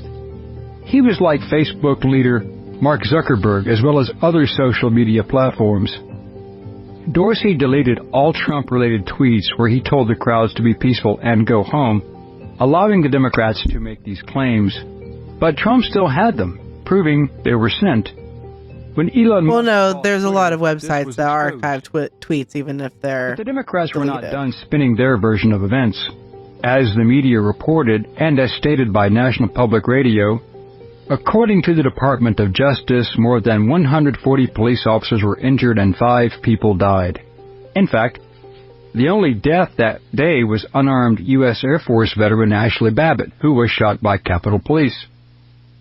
The only federal official death was Officer Brian Sicknick, who sadly died the next day, apparently of an unrelated medical condition, from an acute brainstem and cerebral infarcts due to acute basilar artery thrombosis. What a bunch of fucking assholes these guys are. Like, oh, you know, this fucking downplay the fucking, The media also falsely reported that he had been beaten with a fire extinguisher, although it will only fucking manipulate data when it fucking serves their fucking narrative. Examiner. And downplay shit. Everything else is fucking like a absolute fucking panic attack, moral fucking travesty, fucking emergency. A terror attack. Unless it has to do with their fucking orange man, and then it's like, oh no. Besides, this wasn't that bad. It was just a bunch of tourists. They just came there to say hi and smear shit on the walls. Both dying of cardiovascular disease and the manners of death were deemed natural. There were no other deaths. What was the real story behind the so-called insurrection? A government overthrow that, for the first time in history, had no open display of firearms. Pretty much a requirement to overthrow a government. No, it's not, though. Bill Carrico was... And if you think that the firearms weren't there, sir, you are fucking wearing more than blinders. The truth about January 6th insurrection. Mark, you're just jealous you weren't there. And I think it's very enlightening, because my point here is that, the government is so corrupt it's, absolutely off the charts, but the media... The mainstream media is going the way of the dodo because it's so corrupt. I mean, we're seeing all these deals that are being brokered by, Spotify with Joe Rogan, by, with Dan Bongino. He's up to 3 million followers. You got gross. Jimmy Dore. I mean, there's some high-profile people. We watched them steal a door. Media personalities. Can I get some doors in chat? Doors in chat, please. Can I get some doors? They're fleeing the mainstream media outlets for information because all you get is lies and distortions, and so it's hard to know what the truth is. They stole a door anymore about anything. We watched them. We watched them steal a door. Your homework, and you have to be careful and study the facts yourself to a degree, and even then it's difficult. But what we can ascertain on some of these things by using some common sense is that our government is out of control.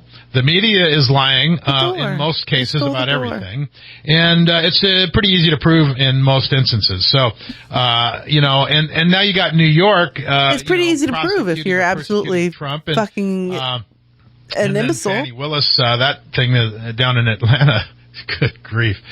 On that Trump subject, man, that's really been on my mind a lot, and it has been for a long time now. Like I've been one of these people that, at least since 2020, has been black-pilled, basically. I think that at the end of the day, we're looking at a corrupt system that stole the election originally.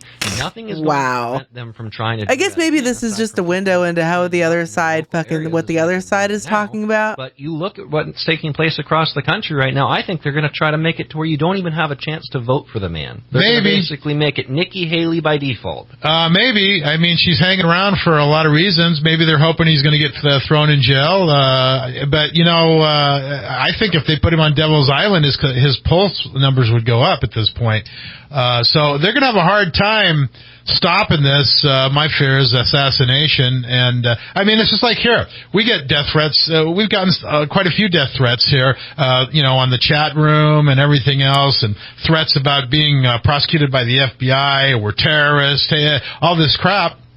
And, and they keep using the term terrorist for a reason, because that's right out of, the Patriot Act. So if you're deemed a terrorist, then all of a sudden you don't have any rights. Thus the insurrection and the terrorists on J6, because these guys have been languishing without trial, that's completely absolutely contrary to everything the Constitution says as far as guaranteeing rights to the individual citizens. In fact, citizens are becoming it's getting to the point where citizens have a lot less rights than do the illegal aliens. Or now they're called newcomers. I'm sorry. Well, and so this is the crap I'm talking about. So you've got our VA that now is putting our people that went and fought for us, and they've got issues.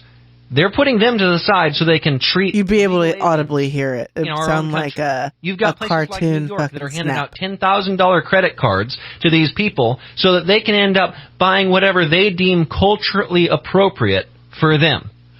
I think this whole crap right now, they're ignoring allowing Trump to actually appeal that bogus $400 million lawsuit.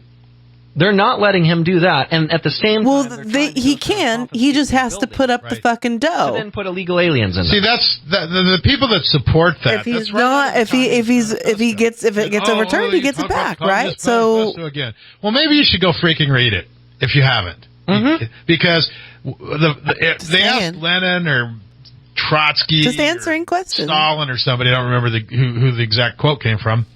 But that's kind of immaterial, because when they asked him what if you could sum up communism or Marxism in one thing, what would be the point or the goal? Well, you see, you can't, because those are two different things. Property. When the government can confiscate everything you own using excessive fines without bail, with no due process, you don't have a constitution anymore. You have a police state dictatorship.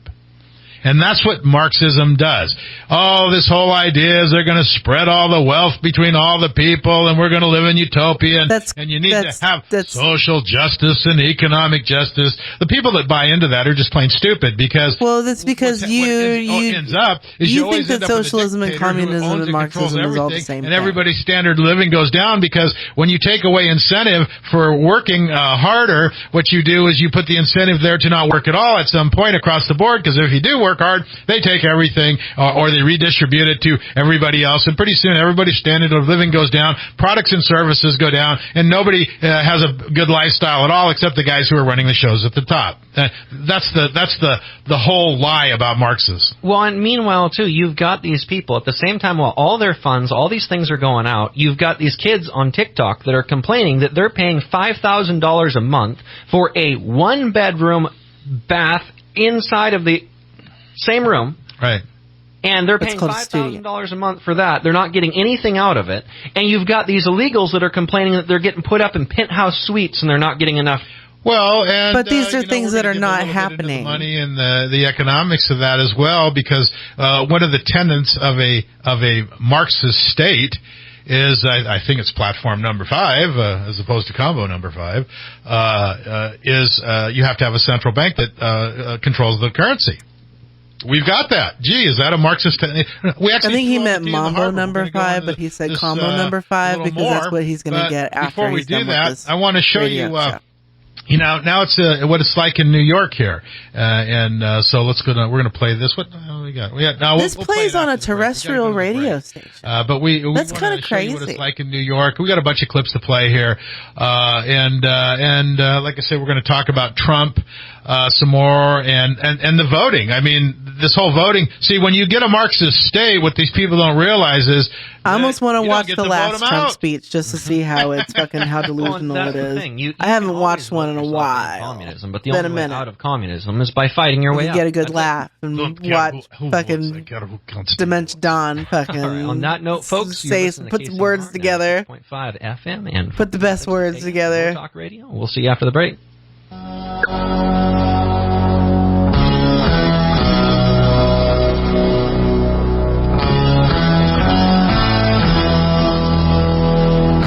What is a combo number 5? It's not the Big Mac, we know that. It's probably the 2 cheeseburgers. Or is it a double quarter pounder? Don't know. Those all sound pretty good right now, though.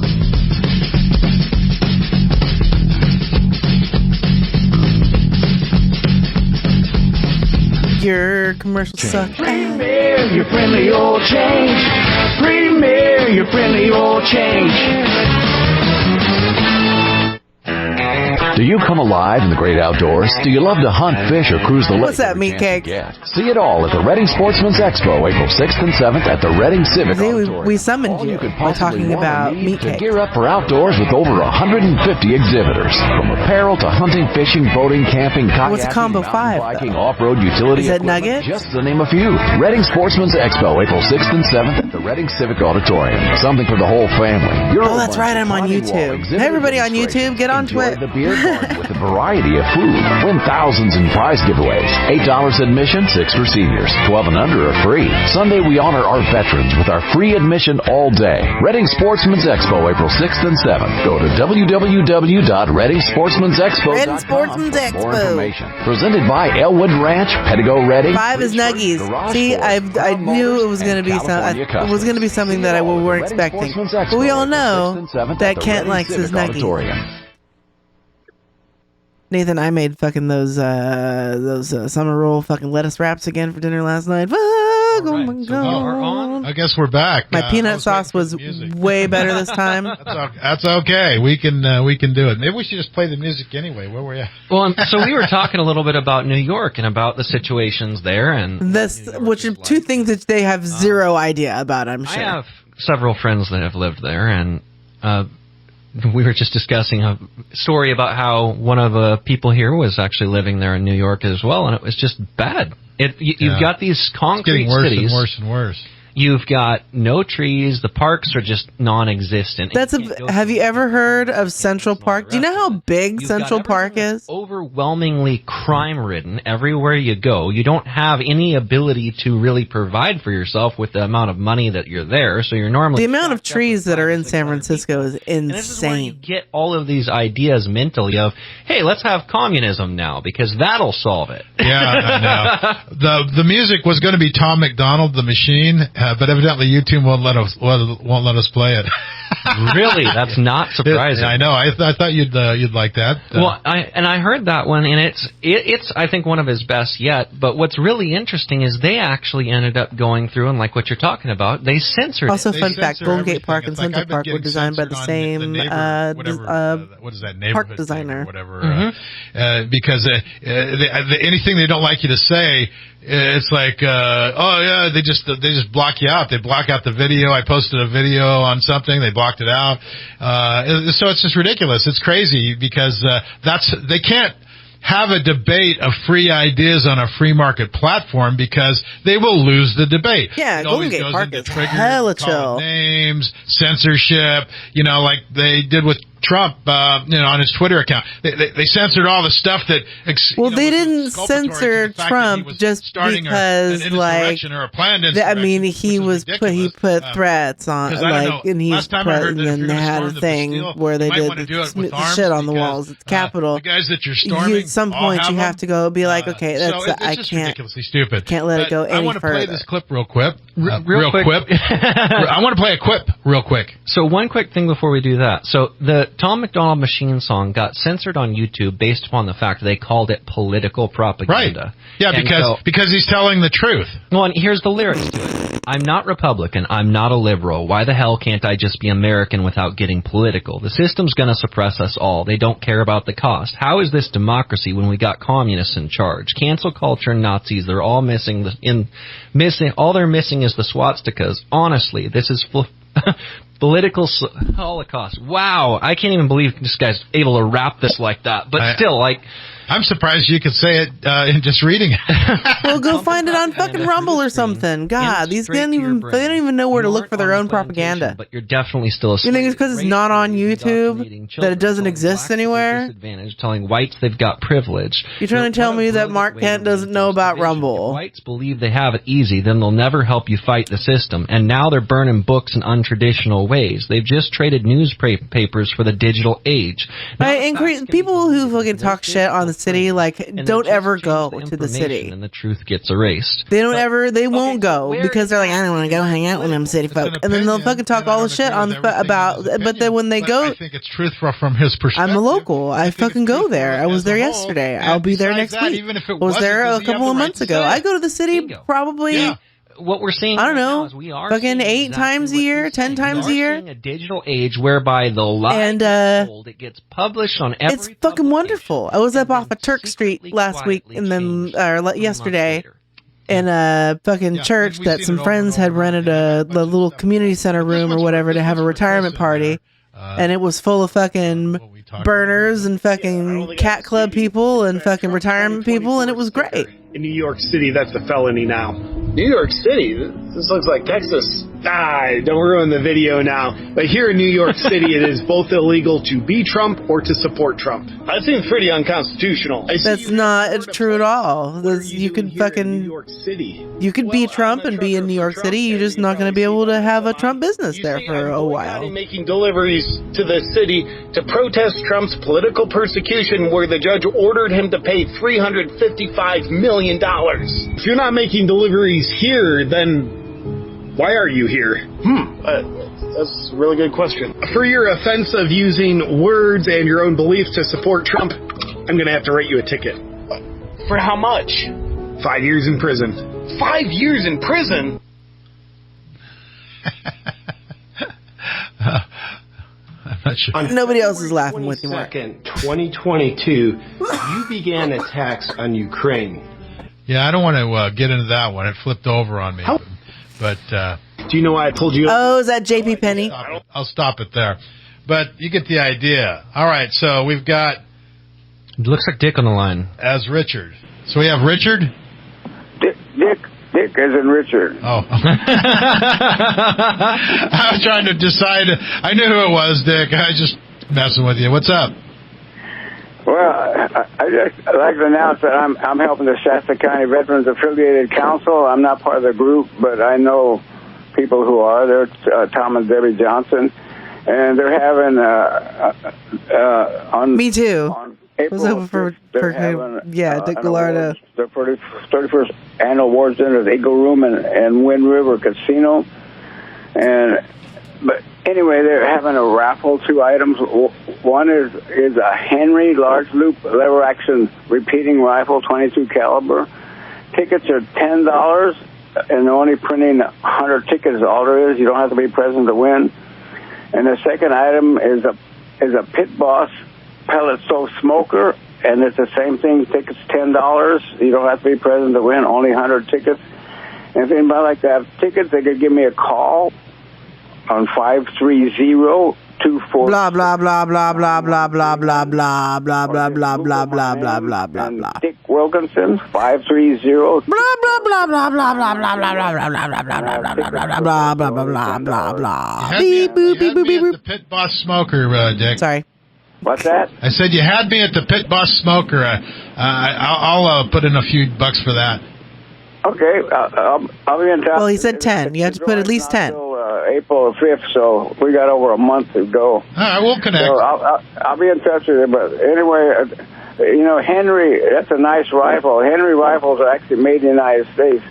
And Henry has a very great reputation making very... Buy one of Henry's rifles to the public. What kind of rifle is it, Dick? It's a Henry. It's a large loop lever action repeating rifle.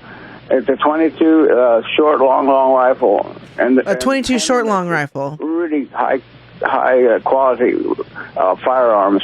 This guy had a boozy brunch. Anyway, tickets are only $10, and only 100 tickets are available. That's it. All right. Well, I'm in. Just see me when you get to see me, and I'll get a few from you. More phone calls. Yeah. I like it when they do phone calls. Anyway, again, 530-24. Blah blah blah blah blah blah blah blah blah blah blah.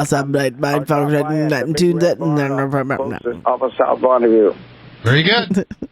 Thank you. Don't give whatever that organization is any money. All right, very good. Thanks, Dick. We'll talk to you soon. We're not doxing people on this show. Okay, bye.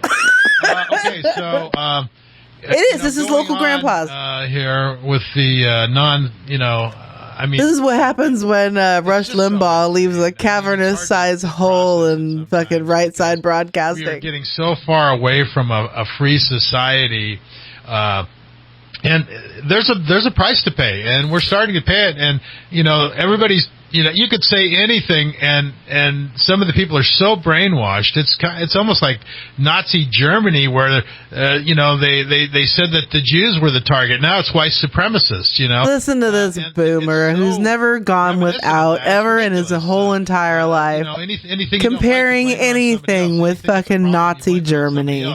Shut the fuck up, Mark Kent. You are such a fucking walrus. Trump and Biden, and I'm not even. That's an insult to walruses. Trump. All I'm saying is that if I gotta pick one, it's definitely not the one that's in the office right now. But what I want to do is I want to play this. This is from California, and California has a non-U.S. citizen immigrant who was sworn in San Francisco's election commission.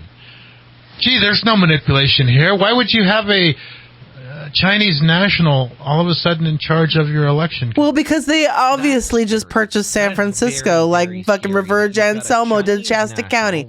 And now, I, for one, would like to welcome our fucking overlords. Do whatever China says. So if China says you need to go over and carry out this attack on somebody, you got to do that. You got to report back anything you want to. Or your family back over in China can get arrested. That's China. I'm glad I don't have family in China. But, you know, they even had to swear this gal in Chinese. Oh. I'm not kidding. So I have a short clip here. This is from the New York Post. Maybe they didn't have you to. Can believe whatever Maybe you they want. thought it would be. But, is controlling our elections. Maybe there was something that she requested, just as a. Listen. Well, I think if you are fucking Chinese and you're living in America, I guarantee that you know English because they are like every like foreign person that you meet in the United States is almost automatically smarter than you because they speak more languages than you. Well, you get that automatically because they also understand some sort of fucking English. I'm not sure what happened. And they have the fucking audacity to fucking talk shit on the fucking levels of intelligence of people that they've never spoken to or would like have a conversation with based on their fucking already instilled fucking stupid ass biases. The whole swearing in ceremony in Chinese. She says, "Oh, I'm not great in English, so let's do it in Chinese." Oh, okay. It's unbelievable, but I think if you want to understand this, Maria, you have to appreciate the fact that these people view themselves as global citizens. They view our borders as arbitrary. But they understand some. They understand enough. Should get here for any particular. Like, do you think Mark can't go anywhere and like understand a little bit of another foreign language at all? From some liberal think tank. I fucking highly doubt it. They have completely populated the spaces that people make decisions, including the White House. And so now we have this big problem. And so I think the American people need to stand up in November. We need to do everything we can right now to sort of hold Mayorkas responsible and Joe Biden responsible. But this can't be the way that we go. This is how civilizations, ultimately lose their way. And the idea of having an open border where anybody can come here from anywhere without asking any questions is nuts. Yeah, I completely agree. It's nuts because, we're starting to see all of these crimes committed, and they've sent, we don't know who's in there here, but we also know they've been emptying. What do you mean? It's also funny to hear them say that they are starting to see all these crimes when they've been all over the world. What There's could go been. wrong? I mean, you've got the one thing that you need to understand about Redding. And if you, Mr. Mark Kent, if you feel like the people that have forgotten this or haven't paid attention, let me inform you right now, personally. I remember when there was just one group on Facebook called Redding Crime. There was just one group, Redding Crime. And then all of a sudden there was the new Redding Crime and Redding Crime 2.0 and Redding Crime but with blackjack and hookers. And now there's like 40 fucking groups. And I might be underestimating, but that was my last personal count. 40 separate groups just for Redding that all have a fucking differing opinion on what a crime is. These fuckers can't even agree on what crime is amongst themselves. That they have to have splintered off 40 plus groups on what crime is. And that's not even including shit like Nextdoor. Or Reddit. Or Twitter. Or fucking Instagram. Or fucking Telegram. Or any of these other fucking social media sites just on Facebook.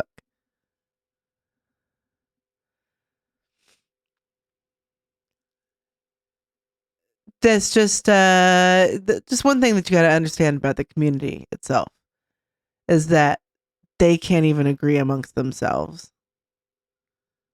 That was killed. That and I started the original Redding Rants and Raves group. That's the tip of the iceberg. This goes all the way back to Kate Steinle. I mean, because I got sick of having to use it on Craigslist. And they're going to continue to try to cover it up because this is about political power. No, they're not about crime. They're about attacking people for politics and tattling on homeless people and talking shit about their neighbors and so by hook or crook. Profiling. Lots of profiling in California and in Shasta County in general. They don't care if they cheat. I mean, it's pretty obvious that they don't care that they cheat.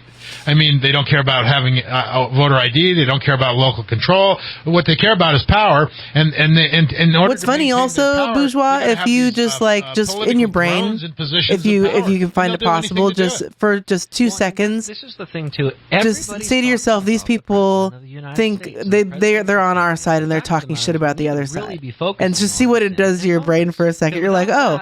Well, if this exactly applied to the 100% opposite, then yeah, it would be fine. We're able to get Trump back in. Everything he does by executive order can be undone by the stroke of a pen. Well, I think what he's going to do is to undo everything that Biden has done with the stroke of a pen, and that's probably a good thing as a start. Now, do we trust Trump in general? No, we need to take over the Congress and the Senate. You're absolutely spot on, and we need to get people who are pro-Constitution in there, who are pro-freedom, who are pro-America. Well, we need to kick out these rhinos. Quite frankly, we have way too many of these individuals that haven't done a damn thing for us. They act like they represent us, but at every opportunity take money from people who are our enemies and vote against us. And why would they be so against Trump? I mean, that's the question. Why are they so dead set on, by hook or crook, trying to keep him out of this election? Why is it that they are so afraid of Trump? You know, they've trumped up false charges. Fannie Willis, and the whole insurrection is totally provable BS. I mean, the whole fraud in New York, it's all BS. Everybody knows it. They've been doing this since Russia, which we've now found out recently was instituted by Brennan at the CIA. Why are they so afraid? I have some theories, but let's listen to Trump's attorney here and see what she has to say, and then we'll go from there. Biggest message I can give the American people tonight is that he's not going to get away with it. Letitia James is not going to get away with it. The Biden administration is not going to get away with it. There is a point, and I want to say something different than I normally do. We have the order now. I'm free to speak, and let me just say, as somebody who sat there in the trial, Sean, and I'm so happy you invited me on to say this, they will not get away with it. We will come at them, we will come hard, and we will literally fight until the truth comes out. There was nothing wrong. President Trump has done nothing wrong. All he has done is won a campaign. Who is this, his lawyer? He goes back in November 2024. He is going to clean house. The biggest message I can... So I think that's what the message is being sent. And then you got the people on, it's going to be retribution. He's going to be a dictatorship. We'll never get rid of him. He said so. Really? And we are under a dictatorship right now. You look at the guy over who was reporting the news for the Blaze on January 6th. I have that story. Bro, do you understand? Like, if there was a dictatorship, then you think you could have this show or I could have this show? You have no idea. He did his job. Now, mind you, the guys who ended up going in who were reporters for places like CNN and the rest of them, those guys didn't get charged.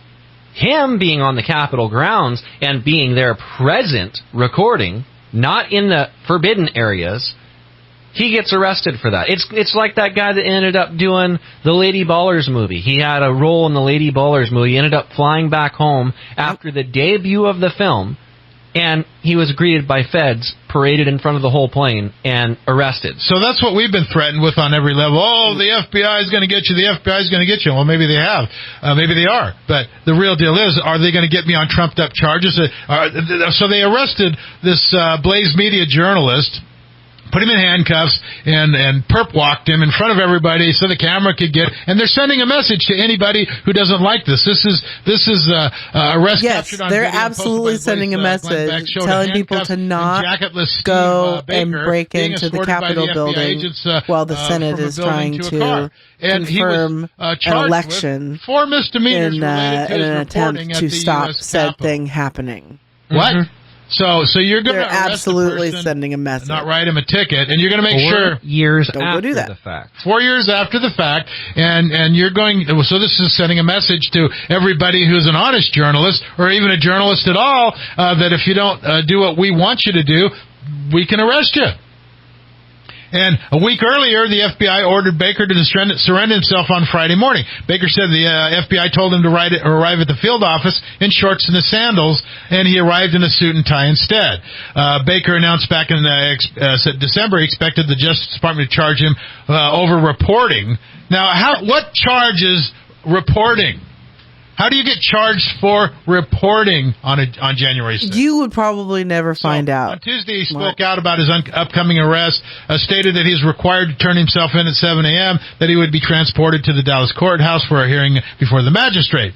My attorneys also people on the list who will probably never get charged with reporting is Dick Gallardo and Lori Bridge. There will be no intention of detaining me. Then why the big perk walk? Why the arrest? Why the FBI? What are the misdemeanor charges? You got the story wrong? Gee, well, then that means half of the mainstream media should be getting perp walked right now, right? You would think, but unfortunately, it's once again the whole idea selective prosecution. That's what this is. That's what it is. And you look at the World Economic Forum, their number one thing on the agenda for this year is censorship. Yeah. That's it. That's it in a nutshell. They want to censor anybody that they don't like or is saying something they don't want to hear. I would fucking argue that it's probably the opposite. They're going after Rumble. They're going after all of these things. It's always been, if you don't want to be censored, make your own thing. Well, they make their own thing, and now you're trying to pass legislation that makes it to where those places cannot operate. And this goes across the board, whether it's January 6th, whether it's the election, whether it's Biden. The vaxes. I'm looking at a report right here. Embalmers report strange blood clots and a rise in excessive deaths. Oh, wow, that's shit. We can't report that either because that makes the guys look bad down there at Fauci and company and Biden and all those guys. Oh, well, but Trump authorized the vaccine. It's like Biden and Fauci are standing over cadavers, staring at blood clots and laughing. Ha ha ha! These poor suckers. Take my vaccine. Stab, stab, stab. This isn't about Trump. This isn't about Biden. This isn't about this. This is about free speech. This is about the truth. This is about the media. I wish the left was half as evil as the fucking on all sides of issues. Because then we might actually be able to get some shit done. We get to pick and choose what you hear because we want you to have selective hearing so you can be mind melded into the Borg, based on what we feel is politically correct. That's what these idiots and these Marxists and these I can't change the stream title to the media wench. Because wench is Peter Maggot, and then the a disparaging term for a female or whatever. Because that's why it has to be MW Monday. Otherwise, Twitch won't let self-moderation or whatever won't let you maybe you should change be the first one to give up your gun then, because maybe you should hold yourself to the same standard as you're trying to hold everybody else. So Rumble probably doesn't let you put MAGA on there. Well, and they'll never do that. And even these people, you look at what's going on with a lot of these people that say, let's get rid of all the guns, right? Sure, I don't carry a gun. I have no need for a gun. You have freaking 5 people right outside your house, and they all have what? Guns? Right.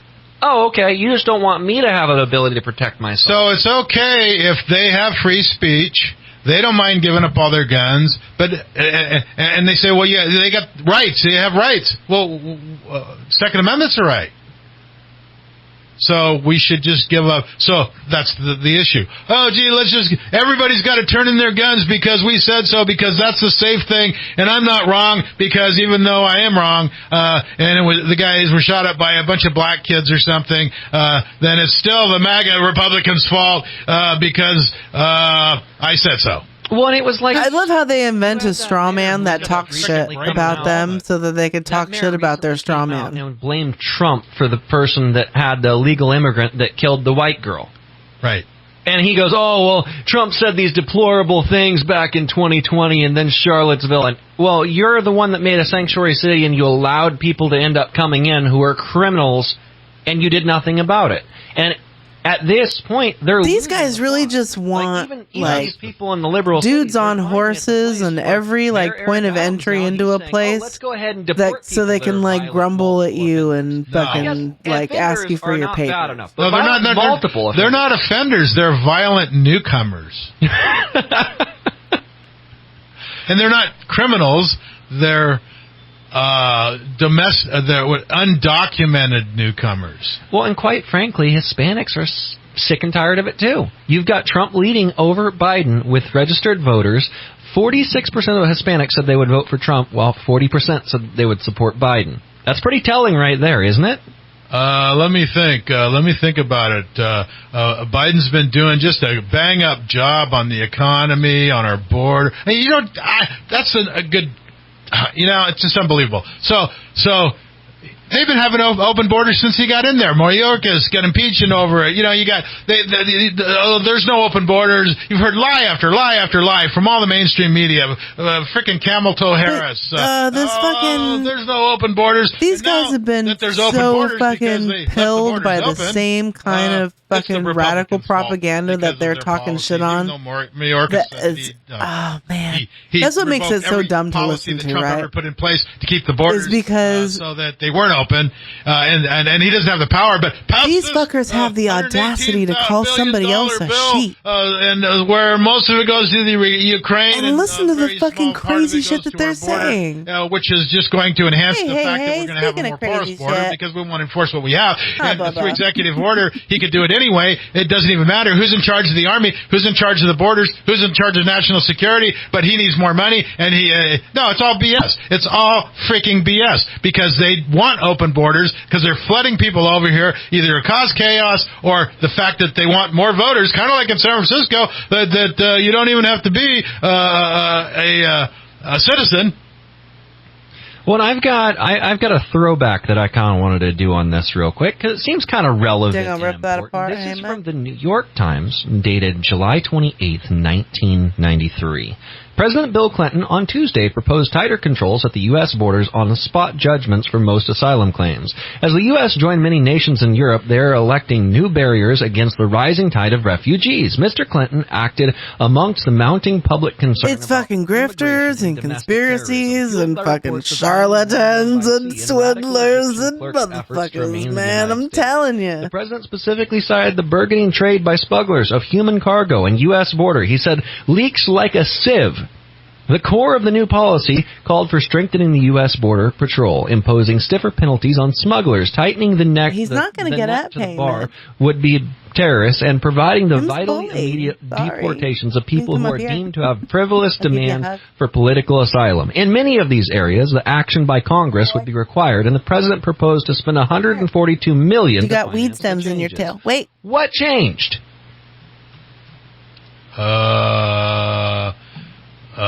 Their agenda and their, control that got overpowering so they could control the message until they got all their guys in key positions of power and the media to influence the population to be manipulated into a totalitarian dictatorship police state that they accuse everybody else of. So I also, in addition to that, have one more little topic, just a small thing, but we know there's a fentanyl crisis currently going on in America. Like, you've got enough pounds to basically kill every man, woman, and child across the country being confiscated on like a monthly basis. But no, we don't got to talk about that. Now we've got a much stronger drug than fentanyl. Nitrazine presents a looming crisis as of the Epoch Times. Liberalism. The new killer has emerged with the illegal drug market, leaving a trail of bodies in its wake. Synthetic opiates called nitrazines, up to 20 times more potent than fentanyl, have infiltrated street drugs from heroin to benzodiazepines, catching unsuspecting users in a web of addiction and overdose deaths. Now, it was fentanyl that killed those 3 Chiefs fans. They were taking what's known as a key bump. They thought they were taking cocaine. Cool, gonna have a great time. Watch some Scarface. See how the Chiefs are gonna fare. Nope, it was laced with fentanyl. 3 guys dead, and the other guy said, "Well, I guess I should probably go to Town Hall." Looks like we gotta do a break. I'm ranting. All right, I guess we're gonna go to a break. KCNR1460.com. Here's my bad boy. Here's my bad boy. KCNR Strassering. You hear how loud he's purring?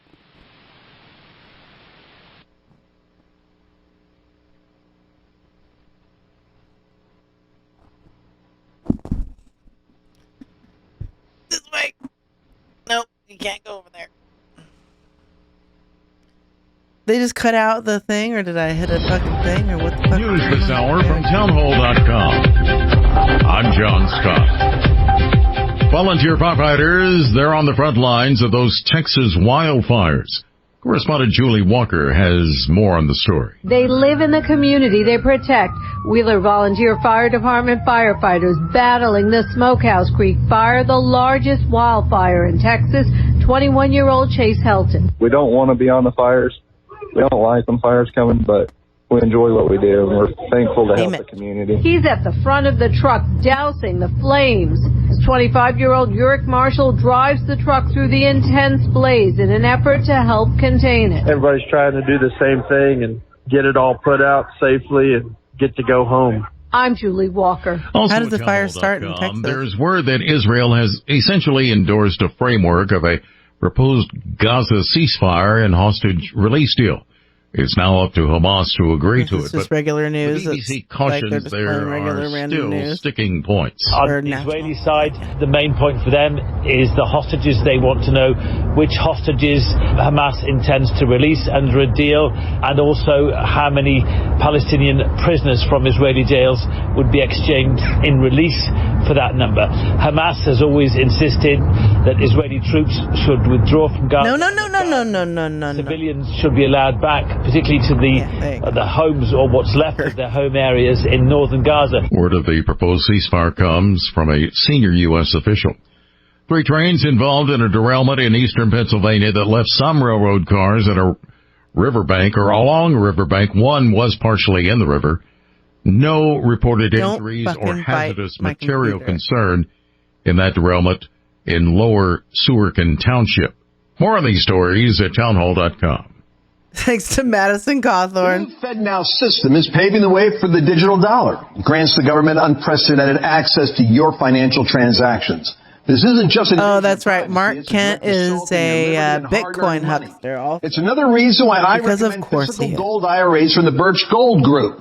I'm Lance Wallnow. I'm a news analyst and a podcaster with nearly 25 million downloads to people just like you who cherish their financial independence. A precious metals IRA can help you avoid the scrutiny of Big Brother while also preserving your retirement savings from almost anything, including economic crashes, political instability, and even hyperinflation. To find out more, get your free info kit on gold IRAs by texting the word FAITH to 9898. We'll give you a piece of paper that says we promise we're holding on to your gold for you. And then you're like, okay, and then there's no gold really. Text FAITH and the number 989898 right now, and I pray you're blessed with continued prosperity. And we swear we have your gold. An 11-year-old Texas girl who was killed last month. At St. Joseph Catholic Church in Livingston, Texas, little Audrey Cunningham was remembered by her family and community. Father Paul Kahan told mourners her death shows how fragile life can be. Come on, let's get back to the view. They keep screaming to wake up, but Collaboration with the Registrar of Voters Office is essential. This issue symbolizes a broader debate over county versus state jurisdiction. While some seek upholding public trust through updated voting protocols, others prioritize self-governance and traditional processes. With another meeting on March 11th, this complex discussion continues balancing accessibility, security, and legitimacy around Shasta County elections. In other local government news, a shocking vote fulfilled a resident's vow when Reading City Council surprised residents by voting Tanessa Audette as 2024 mayor instead of Vice Mayor Mark Mazzano. Resident Catherine McDonald promised legal action over alleged Brown Act violations. She has delivered. McDonald recently sued the city, Audette, and council members Jack Munns and Julie Winter for their decisive 3-2 vote. The lawsuit seeks to nullify Audette's selection and requests reasonable legal fees. Though Audette denies wrongdoing, McDonald hopes to restore Mazzano through court intervention or another vote. This citizen uprising spotlights important issues around transparency and process in local government. Now the court must decide if rules were truly broken or if the council majority simply exercised its power, however unexpectedly. The outcome will set key precedents. A catchy wave of change is sweeping over Shasta County high schools as students band together in the Friday Night Live program to say peace out to substance abuse. With clubs at 6 campuses, this is like local news. These teens are raising awareness of drug and alcohol use. Quote, "We explain why students should avoid risky behaviors instead of just saying don't do it," says the executive director. From leading mentoring sessions to advocating for policies, the students take active roles. Quote, "It's cool to promote sober living and mental health awareness," says club president Jasleen Saley. This youthful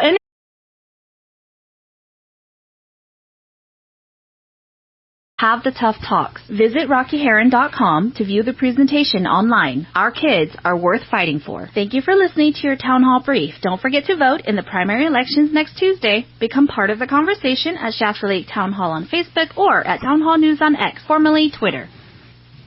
Well, there you have it. Quite a bit of stuff in that little report.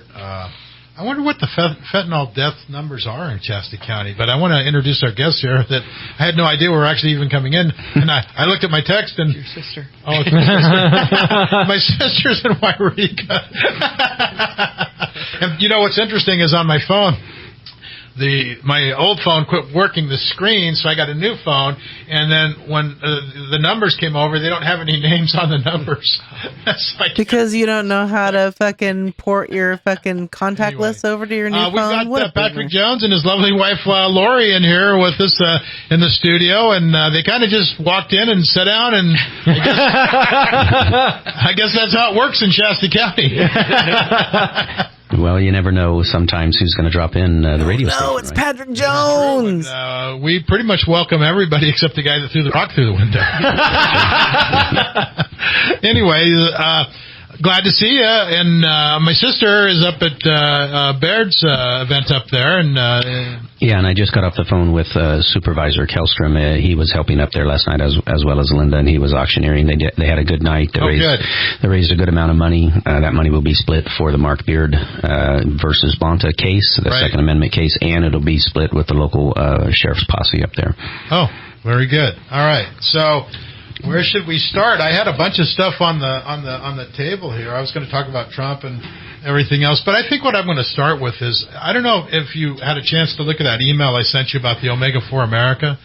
I briefly looked at it, yes. I think we might want to study that, and I'm just going to, obviously you haven't been able to look at it very much, and I haven't either, but it's an interesting concept because they're talking about using AI to go in on the voter rolls to check the addresses and not the actual people who are voting, because we keep going after the vote and after the voters, and they found out in this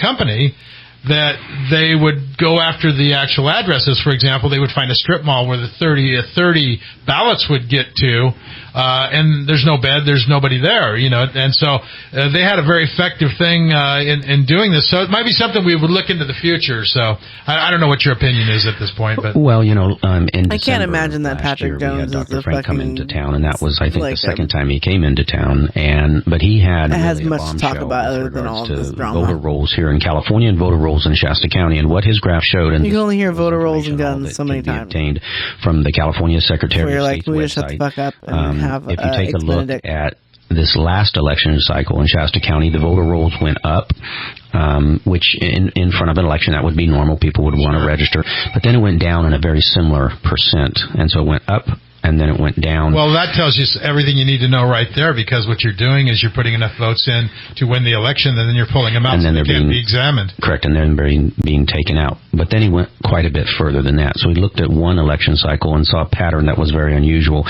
It would be normal that it would go up before an election, but it would not be normal to go down the same percentage. What you should see is a flattening or a slight decrease or increase depending on your population, but not a radical decrease.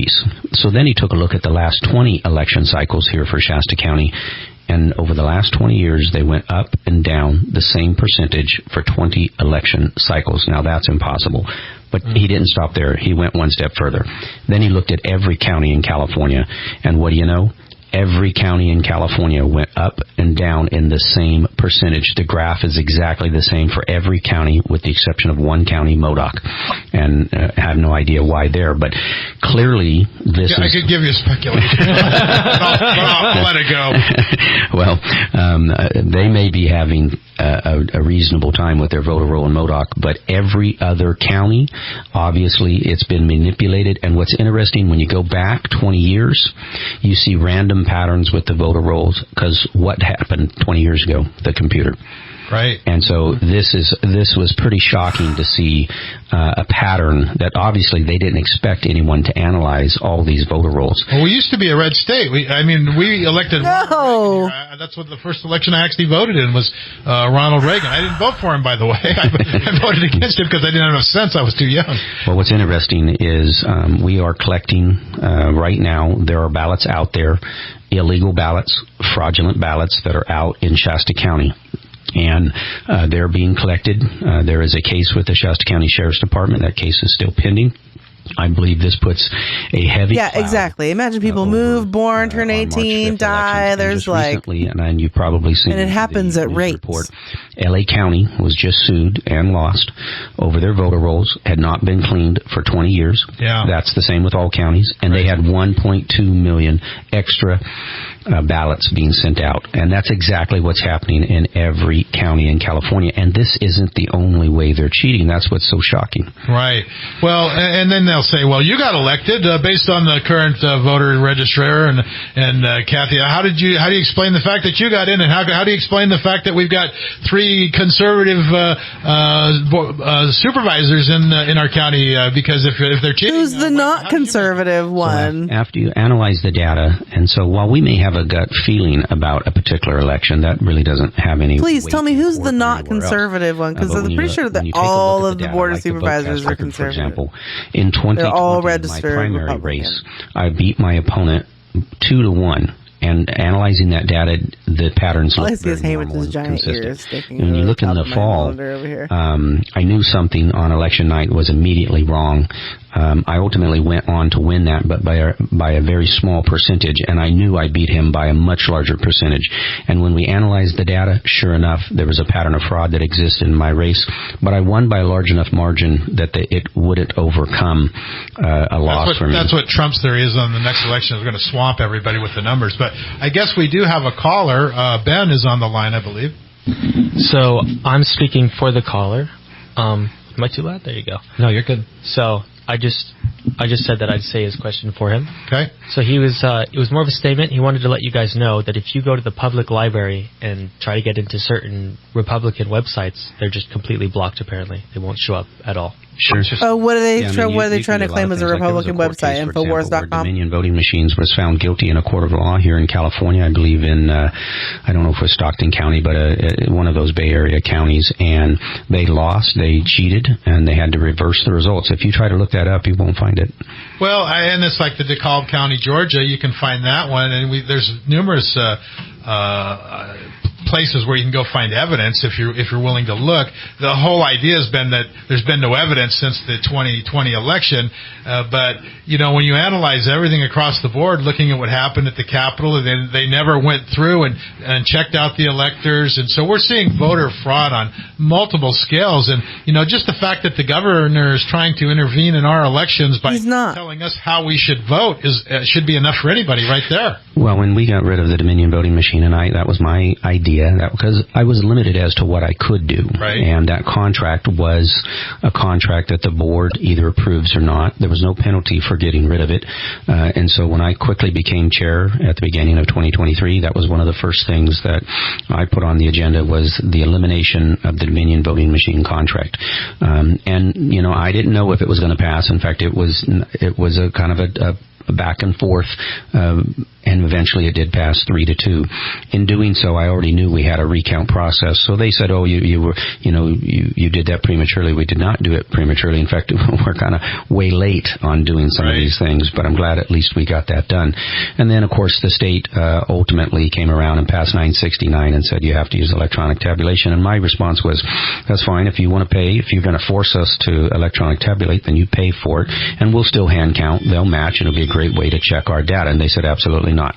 You will not hand count." Now, at that point, we knew something wrong. They were fraudulent, right? Because it's because you just want to fucking harass people. A check and a balance system. That's how you fucking operate. So you go, this is transparency and blah blah blah blah blah. And really, all it is you want to get information on people who don't agree with you, so you can harass them. I've always struggled since the last election because that's what happens? Get all these what ends up happening every fucking time. These positions of the key positions, not just the positions, but key positions. Not even counting the board of supervisors, but you got the election official, you got the sheriff, you got the DA. board of board of education, you got the DA. Yeah, I mean, there you they're go. all Don't forget the DA. either rhinos or stated Democrats. How do you do that in this county when it's like 68% conservative? Well, what we saw because it's not most likely as fucking Republican as you think. Next meeting, that'll be because just because somebody is a registered Republican doesn't mean that they're by default unreasonable. There are Republicans who will vote for Joe Biden rather than vote for Trump because they understand what is crazy and what isn't. We're going to try to extend that for 5 years instead of 2 years because that 2 years is coming up quickly. We want to save that data because we believe, and I did not certify the results of that election in that primary because I do believe it was fraudulent, and I believe we can prove it, and we'd like to have our day in court. 60-something fucking lawsuits say that there's no proving fraudulent. Will you guys not certify the election? I know that Stone's talked about it. It's interesting, and so for me, I've already proven that I didn't certify the June 2022 primary because I knew it wasn't correct. I will certify if it's true and correct. I will, and I think every board member will. If I believe that there was any fraud taking place, then I can't. I have no choice. And so where does that leave us? I think it's a little bit of uncharted territory there. But, we're going to do what's right. And, of course, the left will complain that we're disenfranchising voters and all these things. But the bottom line is I'm not going to certify something unless it's true. And I'm already seeing. Well, it doesn't matter whether or not you certify it. It goes through anyway. A couple that they live in the same house in Lakehead. They have the same P.O. box in Lakehead. She just recently received her ballots in the mail. She got 2, and he got 1. And that's District 4, my district. But on his ballot, he had a District 3 race for supervisor and not District 4. And yet the wife's was correct, even though she got 2. And these are the kinds of things that we are uncovering that are out there. Now, the county just sent out, I think you saw the press release yesterday or the day before. I think it was yesterday. Actually, it was Friday. They sent out a press release saying that there's been an ad on the radio. I wonder how many instances of these people getting double ballots is they were registered no party preference. And then they realized in order to vote in a Republican primary that they have to register as a Republican, or if you want to vote in the Democratic primary, you have to register as a Democrat. Authorize that, and so they did that, and then they got both. And it's been the problem for 20 years. RV's a Stonewall. I mean, everybody knows it. She doesn't cooperate with anything. She doesn't give access. It seems like that would make sense. I believe this county is extremely close in getting sued on the voter rolls, just like LA County did. And it's avoidable. You really do have to clean up your rolls. And right now, we know it. We have warned the county. The presentation was made to the county. They are aware of the situation. They must take action before March 5th. That gives them 2 days to do so. It just cracks me up, this whole you keep seeing these commercials like on the Cry recall. Oh, we want to keep local control here. That's how come we want the government to be able, or the governor, the governor, whatever, Gruesome Newsom, or what are they? The governor was fucking Arnold. Let's not ever get that shit confused. Okay, just leave. Retaining local control because they throw the Anselmo thing up about you're getting money from Anselmo.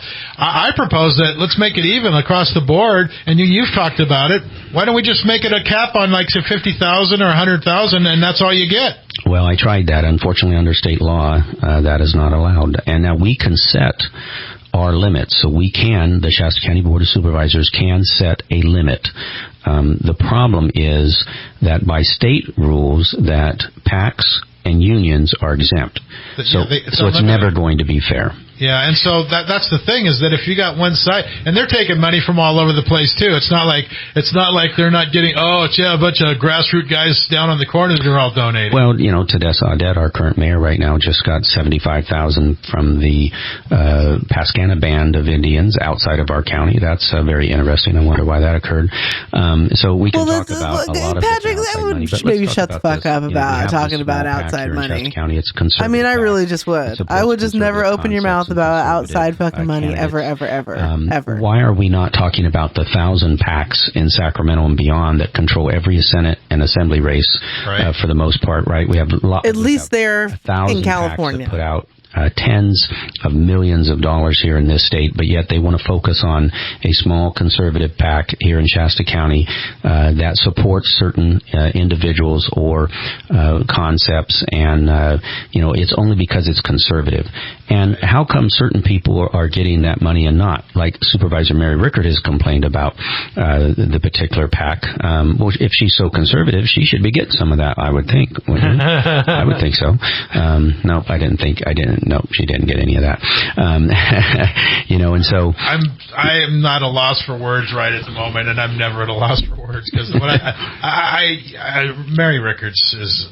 And it's okay for Mary, for example, in 2020 to put in $117,000 of her own to buy the election, right? It's okay for her to do that, but it's not okay for someone to donate to a conservative PAC, and then that's going to help conservative candidates. No, but if you're going to buy your election, at least you're local. And I want to, I want to put a shout out to the Shasta County Republican Assembly that they took the bold step, and they've been running radio ads for their supported candidates. I'm one of those supported candidates, and so they're affecting some change through what they do. They believe in conservative ideas, and then they put some money on the ground to help those candidates, and that's what you should do. You should be affecting change in your county the best way you can. So I give them a lot of thanks for that. So another, I guess, not necessarily wanting to change the subject, but talking about, the money on the voting machines, the fact that, getting rid of Dominion cost millions of dollars. You hear all these ads. Yeah, that Dominion contract was horrible. Whoever did that should be brought up on charges. Bad lease, a $2.2 million lease, plus there was lots of other charges in there. And so when we went with Hart, and we really only needed to spend about $600,000 with Hart to purchase what we needed, and then that's ours, and it's good for at least 15-year lifespan. So. And the ROV, Kathy Allen, is not being honest, because she was going to recommend to the board very shortly to go ahead and get rid of these old Dominion machines and purchase the Hart Civic machines. So we simply did what she was going to recommend, but she's not big enough to tell the truth. Well, I think what we should do is get James O'Keefe in here and have him go to each door-to-door on the donations, because he had that one segment where he'd go to the door and he'd say, did you donate like $10,000 4 times? And they'd go, I donated $10. I think that would be interesting. Well, it's interesting. If you take a look at some of the donations from the folks that are yes on the recall, you will see a heavy slant towards Democrats, and those same people supported and gave money to Biden and to Obama, and so you see a big trend there. And the fact of the matter is, when then candidate Cry won his election and became Supervisor Cry, they started the election before he even took his seat, because they want control of the Shasta County Board of Supervisors, which is what they've had for decades. And we're not going to ease. Do you think the governor will appoint? Because that's one of the things that there's nothing to. No, they wrote a letter. He won't appoint. They wrote a letter to him. Yeah, he's not going to. He wouldn't do that, would he? Well, let's take a look at the last 7 vacancies on supervisors, and he appointed 5 Democrats out of 7. The 2 he didn't. The names that were given were Republicans, and so he just let those go. So he has a clear pattern. If you put a Democrat forward, he will make that appointment. So that's all they did was put Republicans forward, and that's why he didn't appoint. That's correct. Mr. Mystery, I'm fucking sorry, man. I had to, I couldn't keep it a secret. In elections I had to show this to the world. Whatever they want, and it's very difficult for the public to know what's the truth. Mr. Mystery, was it the Dr. Laura Hobbs? Have no trouble with doxing Mary's license plate? Was that what made the news finally? In fact, if you'd like to, I think I'll pay for your polygraph, and we'll go head to head on any subject you want. You're looking pretty hard at me. We have to go to a break, but go ahead, Lori. Well, what I was going to say is we've been out walking the neighborhoods, and it's very interesting. And one person did bring up, the Dominion contract. They canceled a perfectly good contract, but it's like, No. I mean, even if you took away the fact of hand counting, just take that out of the picture, and let's just say we canceled the Dominion contract, and there was no If you believe your own bullshit, then a polygraph is fucking worthless. And you look at the new system we bought. If you just change system for system, we are saving the county money. But the narrative the other side put out, these people are misinformed out there. I was surprised. Some will listen, some will talk, some will just yell at you. So anyway, it baffled me when they really are good at putting misinformation out about. Well, let's go to our break and real quick, and we'll come back. And I kind of want to talk about salaries a little bit, just as a curiosity. You know, how did the sheriff get so much salary? Let's go to a break. You're listening to KCNR 96.5 FM, 1460 AM. We'll see you on the other side of the break. Come here, Chonky. Come here, Chonky, man. This is like his last year for growth, and I think that he put on a couple inches, pounds, something. I don't know, man. He's a big fucking cat. California. This is Rollin from the Flag Center. Winter rain and wind bourgeois. I've said it before, and I will say it again, and I will probably say it 100 more fucking times. And we'll give you 15% off any. I started going and living in Shasta County in like 1984. My aunt and uncle moved up there, on the web, and then I spent every summer up there until '87, and then I moved up there myself with my grandparents. American flags. And lived up there until '98, and then moved back down to the Bay Area. Moved back in 2008.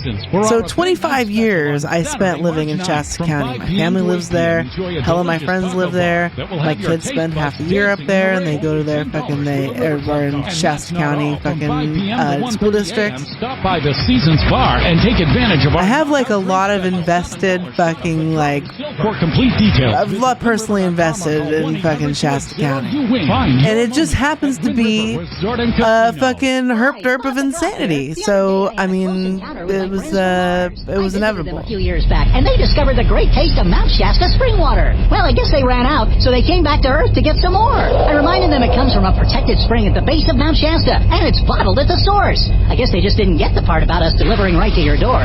Have your own close encounter by calling 1-800-922-6227 to get some of the best tasting water in the galaxy. Pure and simple, naturally, the best. Mount Shasta spring water.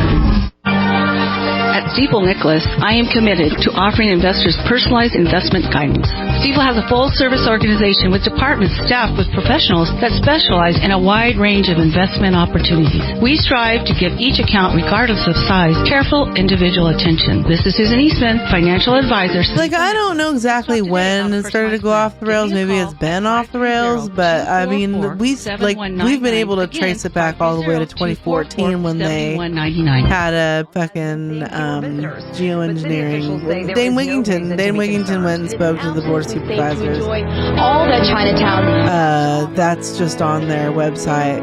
But he also has a show that he does every Saturday, I guess. Out for a drink in Chinatown, and next thing you know, you're calling up along on the support China. Support China. Wake up a few days later, wondering if you're gonna die now just 'cause of China.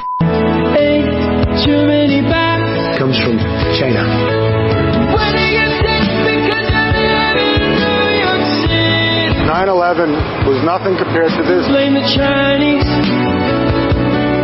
But it's true. They say xenophobia is at a high. So you think because I live in New York City. If it's the COVID flu. Wow. If it's the COVID flu, just stay at home. Wow. Some kind of satire song. Blasio is a douche canoe, and everyone knows that has blood in his hand. We celebrate this New Year together. New Yorkers left to get out of town and spreading the virus wherever they went.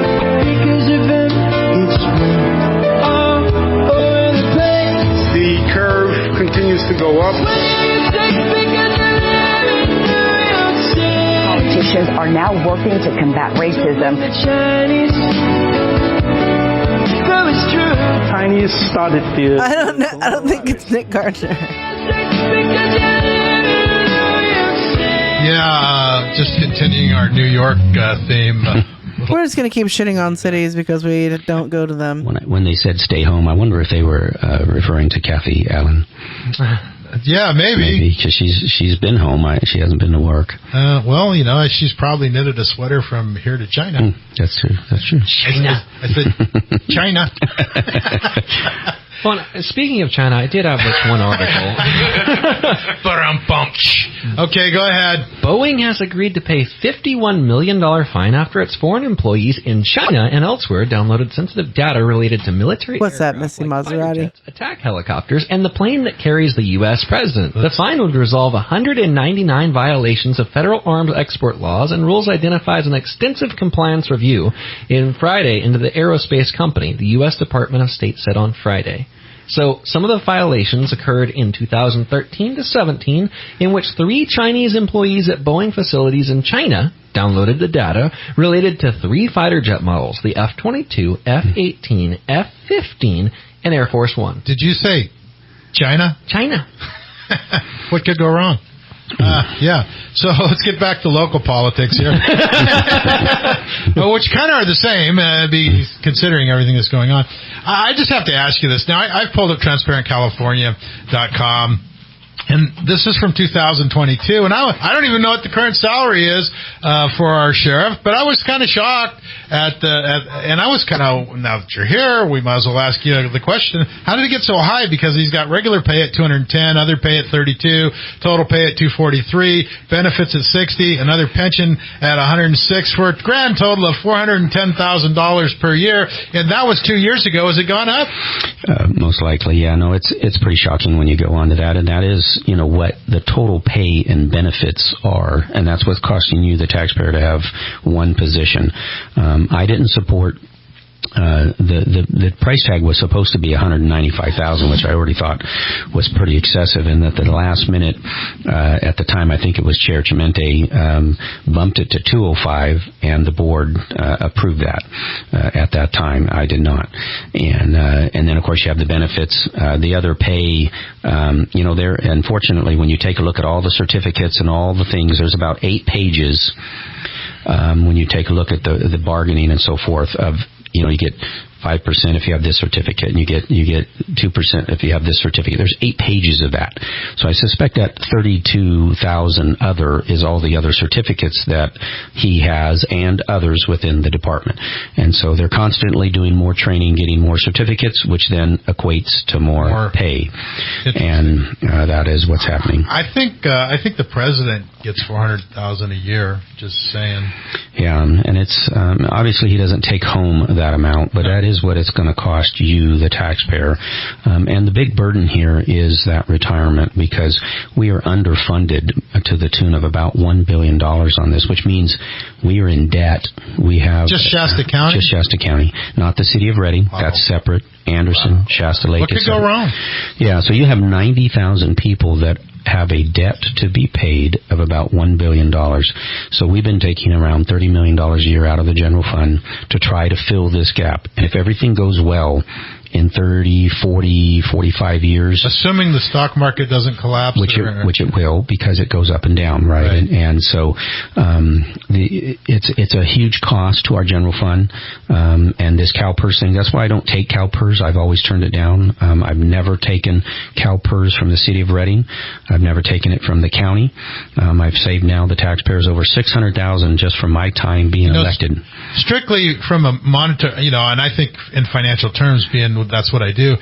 I think that might have been actually a really smart thing and maybe not so benevolent, because if you've been taking your money and putting it someplace else where it could actually grow, you're probably better off than what's going on in CalPERS, because the promises don't equal the realities. And we talked about China earlier, and so if you want to dig a little deeper, take a look at what's happening with China. and the California public retirement system.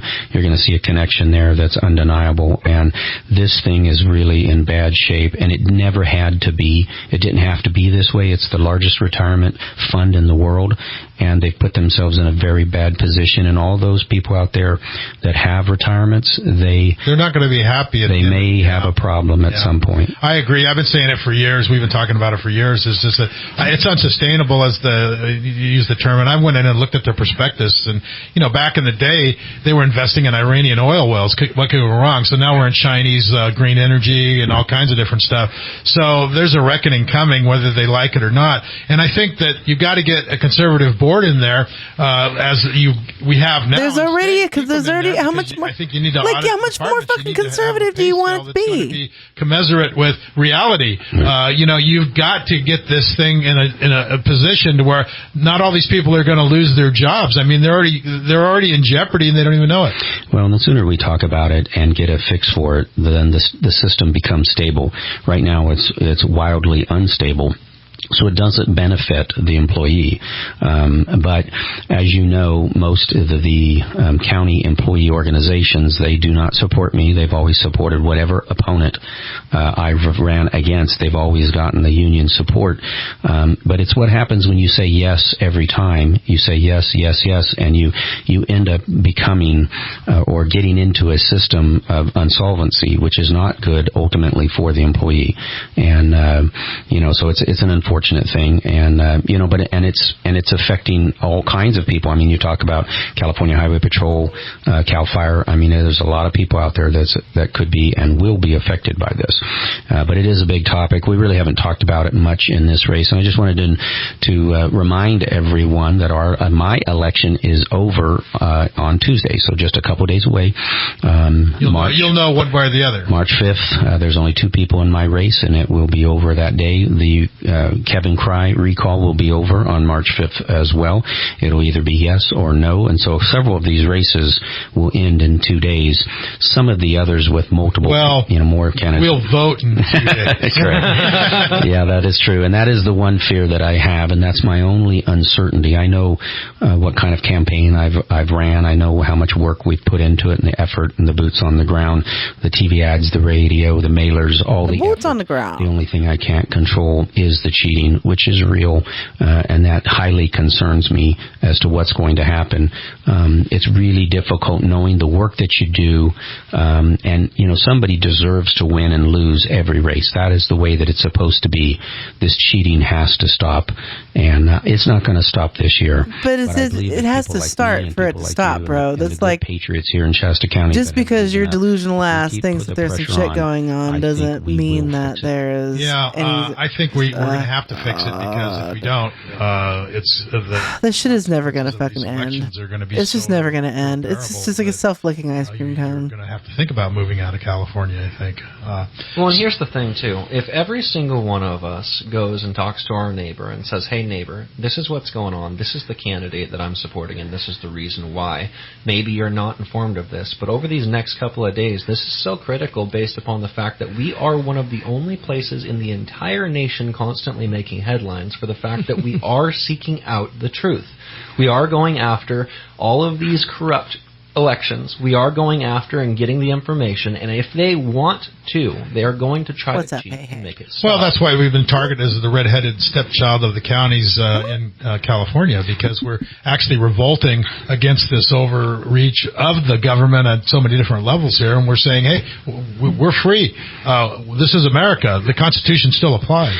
Well, and getting rid of machine tabulation and going to hand count, and then you saw the state's response by passing AB 969 on an emergency status. That should tell you something right there, because the amount of votes that are in Shasta County should not matter in the big picture of things, right? They shouldn't matter. There's not enough votes here to affect who's going to be the president or who's going to be the next governor. It's not. We don't have that ability. But yet look at the extraordinary effort that they did to make sure that we have to electronic tabulate, because what was going to happen is you were going to see some different results. Mm-hmm. You were going to see something different than hadn't happened before, and that would obviously show a pattern of corruption that has existed for at least 20 years, maybe longer. But you can't have the slaves revolting. Correct. Yeah. You can't have them finding out the truth.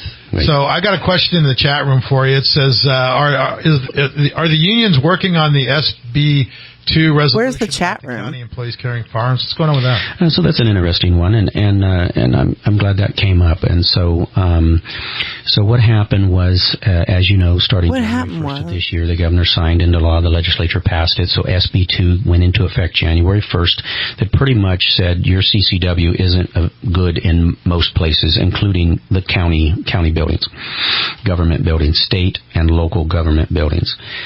There was a state. I will be. Then it was put back on, but the stay that was put back on. I'll be fucking live tomorrow. The state did not attention to this shit, state or local buildings. So I, working with members of the California Rifle and Pistol Association, we found a loophole within that law, within the Penal Code, Section 171B, Section 4. Nathan, do you want to jump in Discord chat, in the voice chat real quick, and talk about charged with security of what's going to be going on as far as like on their property? So that's what we did. We passed a resolution like that said if you have a valid protecting the Registrar of Voters building and all that shit. Is there anything going on? Is there anybody organizing anything? I went one step further to say I would like that to extend to county employees. Normal time, 9 o'clock. So we took that back. We started looking at that. And what we found, actually, was within our own county policies that already exist, we do not have to meet and confer on this issue because it already is allowed on our policy now with the approval of the CEO, our Health and Human Services Director, Monica Fugit, and the department head. So if all three of those people agree, then a CCW, a county employee that is properly permitted can carry on county property. And they did agree? They agreed. They all agreed. Now, so what I'm going to do is I want to monitor that, right? I want to see if people have been applying, have they been accepted or not. Now, if they've had some discipline action, that's when HR would say, hey, we've had a little bit of discipline action, so maybe that person isn't qualified, but I want to see that data because what I want to see here, and I would expect to see that it matches the names of everybody who voted against me. Right. That's so what I want to see. 12,000 CCWs out of 180,000 residents. They'll never ever convince me that is not exactly what they want. It's just the names of the people that oppose them so they can harass them. There are definitely people that have asked me that are county employees, how come we can't? And before, what was happening, and I had a county employee, he was turned down by the CEO at that time. Well, we have a new CEO now. We have a new we have a new support services director. So I expect now to see 10 to 15% of the county employees properly permitted to be able to carry on county property. If that does not work correctly, then I will create a new violence in workplace policy, and then it will be a meet and confer with all the unions. But right now, it doesn't have to. Okay, I got another question now. I'm thinking about it. All the disruptions in the meetings that we've been experiencing. Which meetings? The ones that we've been having down at the Central Perk coffee shop. No, the Board of Supervisors meetings for those people who haven't been paying attention. Yep. What are we going to do about that? Is there anything going to be done about that? Is the sheriff going to step in? Are we going to start enforcing the law and the rules apply evenly to everybody? So as you know, it was a great honor for me to be chair last year, and we have a few what I call very left-leaning individuals, a handful, probably about 5, that like to yell out from the floor and disrupt our public speaker, which is now infringing on your First Amendment right. They think they have a First Amendment right to yell out from the floor. They do not, and you cannot disrupt a public I support their First Amendment right. They can get up there, get their 3 minutes like everybody else. If they want to go out and speak out in front of the courthouse or whatever, correct. I totally support whatever they're doing there. I don't agree with them because I think they're a bunch of never mind. But I've been interrupted myself on several occasions by a certain individual who doesn't mind going up there and speaking and doing his 3 minutes, but then he comes up with signs. Right. These same individuals that are disrupting, they want their 3 minutes uninterrupted, but not for you. You're different. And so it's just a double standard that a handful of people have. So it's an easy remedy under Penal Code Section 403. If you disrupt a public meeting, you're warned once, and then you shall be removed. Now, the authority to remove would be given by the chair, and then the sheriff deputies that have powers of arrest would remove that person for disrupting a public meeting. That is how it is supposed to work. That is what I've asked my sheriff deputies to do and what I've asked the sheriff to do. The sheriff refused to do that, and then he instructed the sheriff deputies not to do that. And so, what's the point of having him there then? Well, it's they're there for multiple reasons, obviously, but for that reason, I believe that they're not enforcing the penal code that we have.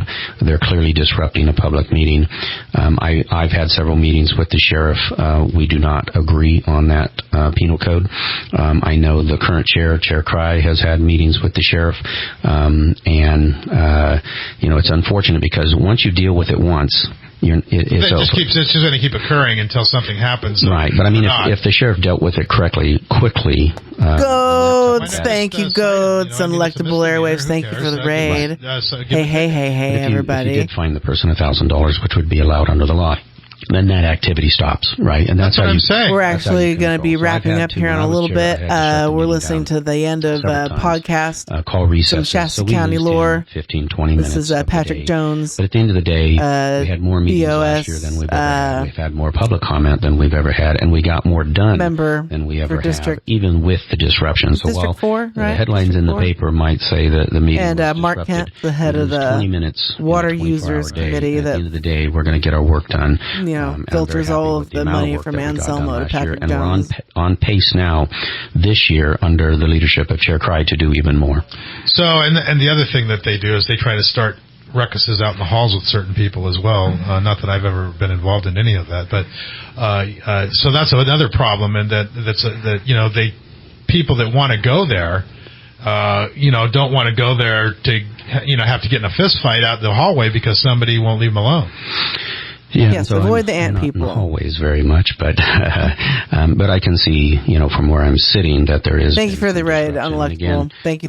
We appreciate it. Securitas, our private security, has done a pretty good job out there. They've tried to hold the peace real well, and so I'm impressed with what they've done. They just simply don't have powers of arrest, and that's really where, when we have that type of issue, is where the sheriff does need to come in. And I'm hopeful that sometime this year that starts to occur, and I'm also hopeful after this next election that things kind of calm down in those areas. Well, we are in an election cycle, and it always seems to get ramped up. It does seem to be up. And I'm predicting that shit ain't slowing down anytime. When you have your 3 minutes, I give you a lot of latitude, and Chair Cry does too, and because we have pretty thick skin, we're used to it, so you can say just about anything you want to us. You can call us stupid, dumb, you can call us whatever you want, which they have. It unfortunate is not going to solve anything. It isn't going to fix anything, and we're usually not going to listen to you when you're rude. Well, those attacks are designed to go after you as the board of supervisor for election purposes to try to design you to get votes away from you. I think is one particular commenter continues to say that we're going to be arrested and go to jail, and yet she's been in jail and she is a convicted felon. So I always think they're very common. Look at him crocheting it, Dolo. Yeah, I guess that's the pot calling the kettle black, if you will. So I have a question on the public comment. Now I've noticed that, and we had problems with this before, and I want to get your take on it, where the public comment was being put at the end of the meetings so that it would shorten the public comment. And I've noticed in the last couple of meetings that's after, instead of right away getting it over with, and obviously I can tell, we go all day long, I get it, but what is there? I don't know where their chat room reason is for that? And maybe it's on one of their Facebook pages. are we making provisions so that the public comment is still viable? Yeah, so let me go back a decade before when I served on Reading City Council. We had the public comment at the beginning, and people came forward and they were very much criticizing some of the members of the Reading City Council. This show is... They had a majority. I was outside that majority, me and Councilmember Cab. And at that time, they made a decision to take only 30 minutes and move the rest to the back of the meeting, which means all those people are going to go home and they're not going to be listened to. They did it in that year because they were not able to take the criticism from the public. Right. And that was wrong. It was a bad decision. It stifled public comment, and it was wrong. This time around, it's not that we have any issues with public comment. We're having problems with people yelling from the floor, disrupting. No, sovereign, like sovereign citizen. A very different scenario. When I was chair, I kept the public meeting or the public open time as early as possible, so people would have that time, and I set no limit on it. So if it took 2 hours or 3 hours, are they setting limits on? Thank you for the gift sub. Thank you. Before lunch, is public comment then going on after lunch? Correct. Yeah. So it's not really shortening it; it's just moving it up away. We do take a pretty hard break at noon because we have closed session and often consultants that come in, and so a little different than on City Council here at noon. So if we don't get through public comment, now it is the prerogative of the chair as to the layout of the agenda. I tried to keep the public comment fairly close to the front. Now, what happened during that is a few people started taking advantage of that, right? Making rude, obscene, profane statements, and it seemed like the louder they were getting, the more that they liked it. Now, under the supervision or under the chair cry today, he has the ability to set that where he wants. And the last couple meetings, we've had quite a few presentations up front that we wanted to hear before public comment. Thank you, Drake. Thank you for giving an unlookable shout out. Totally his decision. So will that remain that way for the rest of the year? I think not. I doubt it. But it will be up to the chair. And of course, this election will determine whether we have this chair remaining, or if he's going to stay in, he's going to stay out how long? The year, or how long's the term in the chair? It'll go for the remainder of the year. And then next year you guys and then we'll vote for a new chair, and that could be him or me or anybody else, or Supervisor Kellstrom, and Supervisor Garman will not be there, so it won't be him. But that's a vote by the majority, just the same as it is at City Council. So are you for the auditing of the departments? That's what Win Carpenter's claim to fame is to get in there and do a forensic audit on everything. Are you opposed or? Yeah, candidate Carpenter is correct. In fact, Chair Cry just did an audit on a particular fee that came out of the clerk's office and found it to be excessive, and that's taxing the public illegally. It's an excessive fee is an illegal tax. That was just one fee, and we found it to be very much overpriced. So Mr. Carpenter is correct. Item by item should be looked at to make sure that we're doing it correct. And this is a big organization. Yeah, $7 whole. Roughly 2,300 employees. And these things should be happening periodically. So Mr. Carpenter is correct. Audit is a good thing. We should not look away from that. We should support that because we don't want to do anything wrong. We want to charge you a correct fee, not excessive fees. And if we can lower a fee. Right, but then you get rid of some fees as a whole, and then it costs your emergency services a bunch of money that's now going to come out of the general fund. Makes it and becomes Supervisor Carpenter. I know he will not let us down on that. So transparency across the board, have we had it, or are we, do we have transparency at the elections office? Do we have transparency? Ask Patrick about the license plate thing. Or is that an issue? It is an issue. As you know, I've had my concerns with the elections department for quite some time. I am happy to say that other departments, like Health and Human Services, under the direction of Laura Birch, is doing quite well. She's been tasked with trying to refine things, improve things, and I think she's been doing that. So when you have a particular department that I believe is lacking, put direction to it and correct it. And it is going to be the election department, I have underestimated the importance of the election department for quite some time. Having fair elections is the most important thing to get it right, and it's not right yet. I have a chat room. I'm not sure I can resist this. Something about license plates. Something kind of a blow up at this last meeting. I wasn't there. I was. That's fucking hilarious. Now, Supervisor Rickard does have an unusual license plate that she ordered, and it does start off with the number 666. I wouldn't have picked that number. She didn't pick it, though. Probably refuse that. Yeah, I wouldn't have picked it. It's really not an issue with Shasta County, right? It's not our deal. We've got a lot more important issues than that. It was just funny because I thought that was a mistake. I had to go out and look at mine, though. Boy, I did that. Yeah, crazy days indeed. We're going to be doing a podcast tomorrow, and we're going to talk about Trump's plan for the economy and maybe going to a new currency at some point. I think it's Lord have mercy. Is it going to be guns? Because I like that. You like the... Well, guns can be currency, I guess. It depends on what you're talking about. They never go down. Nope. It's true. Now, where's your podcast going to be found? Because this is going to be different. It's going to be on Rumble at Sovereign Minds or at mountaintopmedia.com. Probably won't go out till, if not tomorrow night, the day after, and then we'll do 2. But tomorrow's going to be an important one because I think I've got some intel here that's going to be mind-blowing on what may be occurring with our and there's a ton of evidence to this. It's crazy, but but that is it's all fact, crazy. Though, when you take a look at the stock market, it's at an all-time. Maybe we'll take a listen to it later, but not right now because we're gonna go ahead and play a fucking quick song and raid into our Mixie Monday raid train, and that's going to be going to Crazy Karma TV.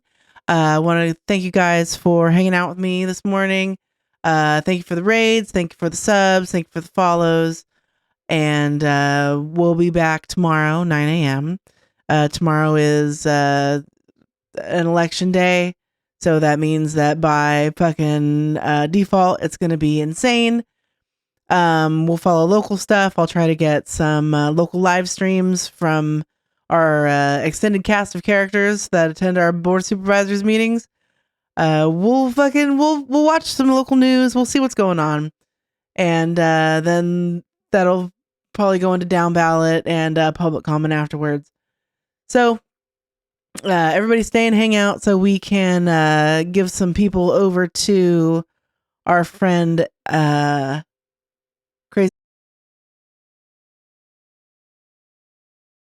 Let the war begin. See, I'm not afraid of the enemy. Once you let it in, must not be afraid of the enemy. We can take you fighting, just give in. If you refuse it, you might just end up. All these changes, secrets inside a basement. Sleep through the night, then fade away. Stuck on a wheel all day. Let the war begin. See, I'm not afraid of the enemy. Once you let it in, must not be afraid. Let the war begin. See, I'm not afraid of the enemy. Once you let it in, must not be afraid of the enemy. Let the war begin.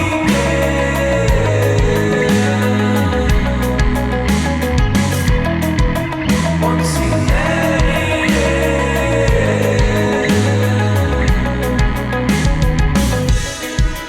let the war begin.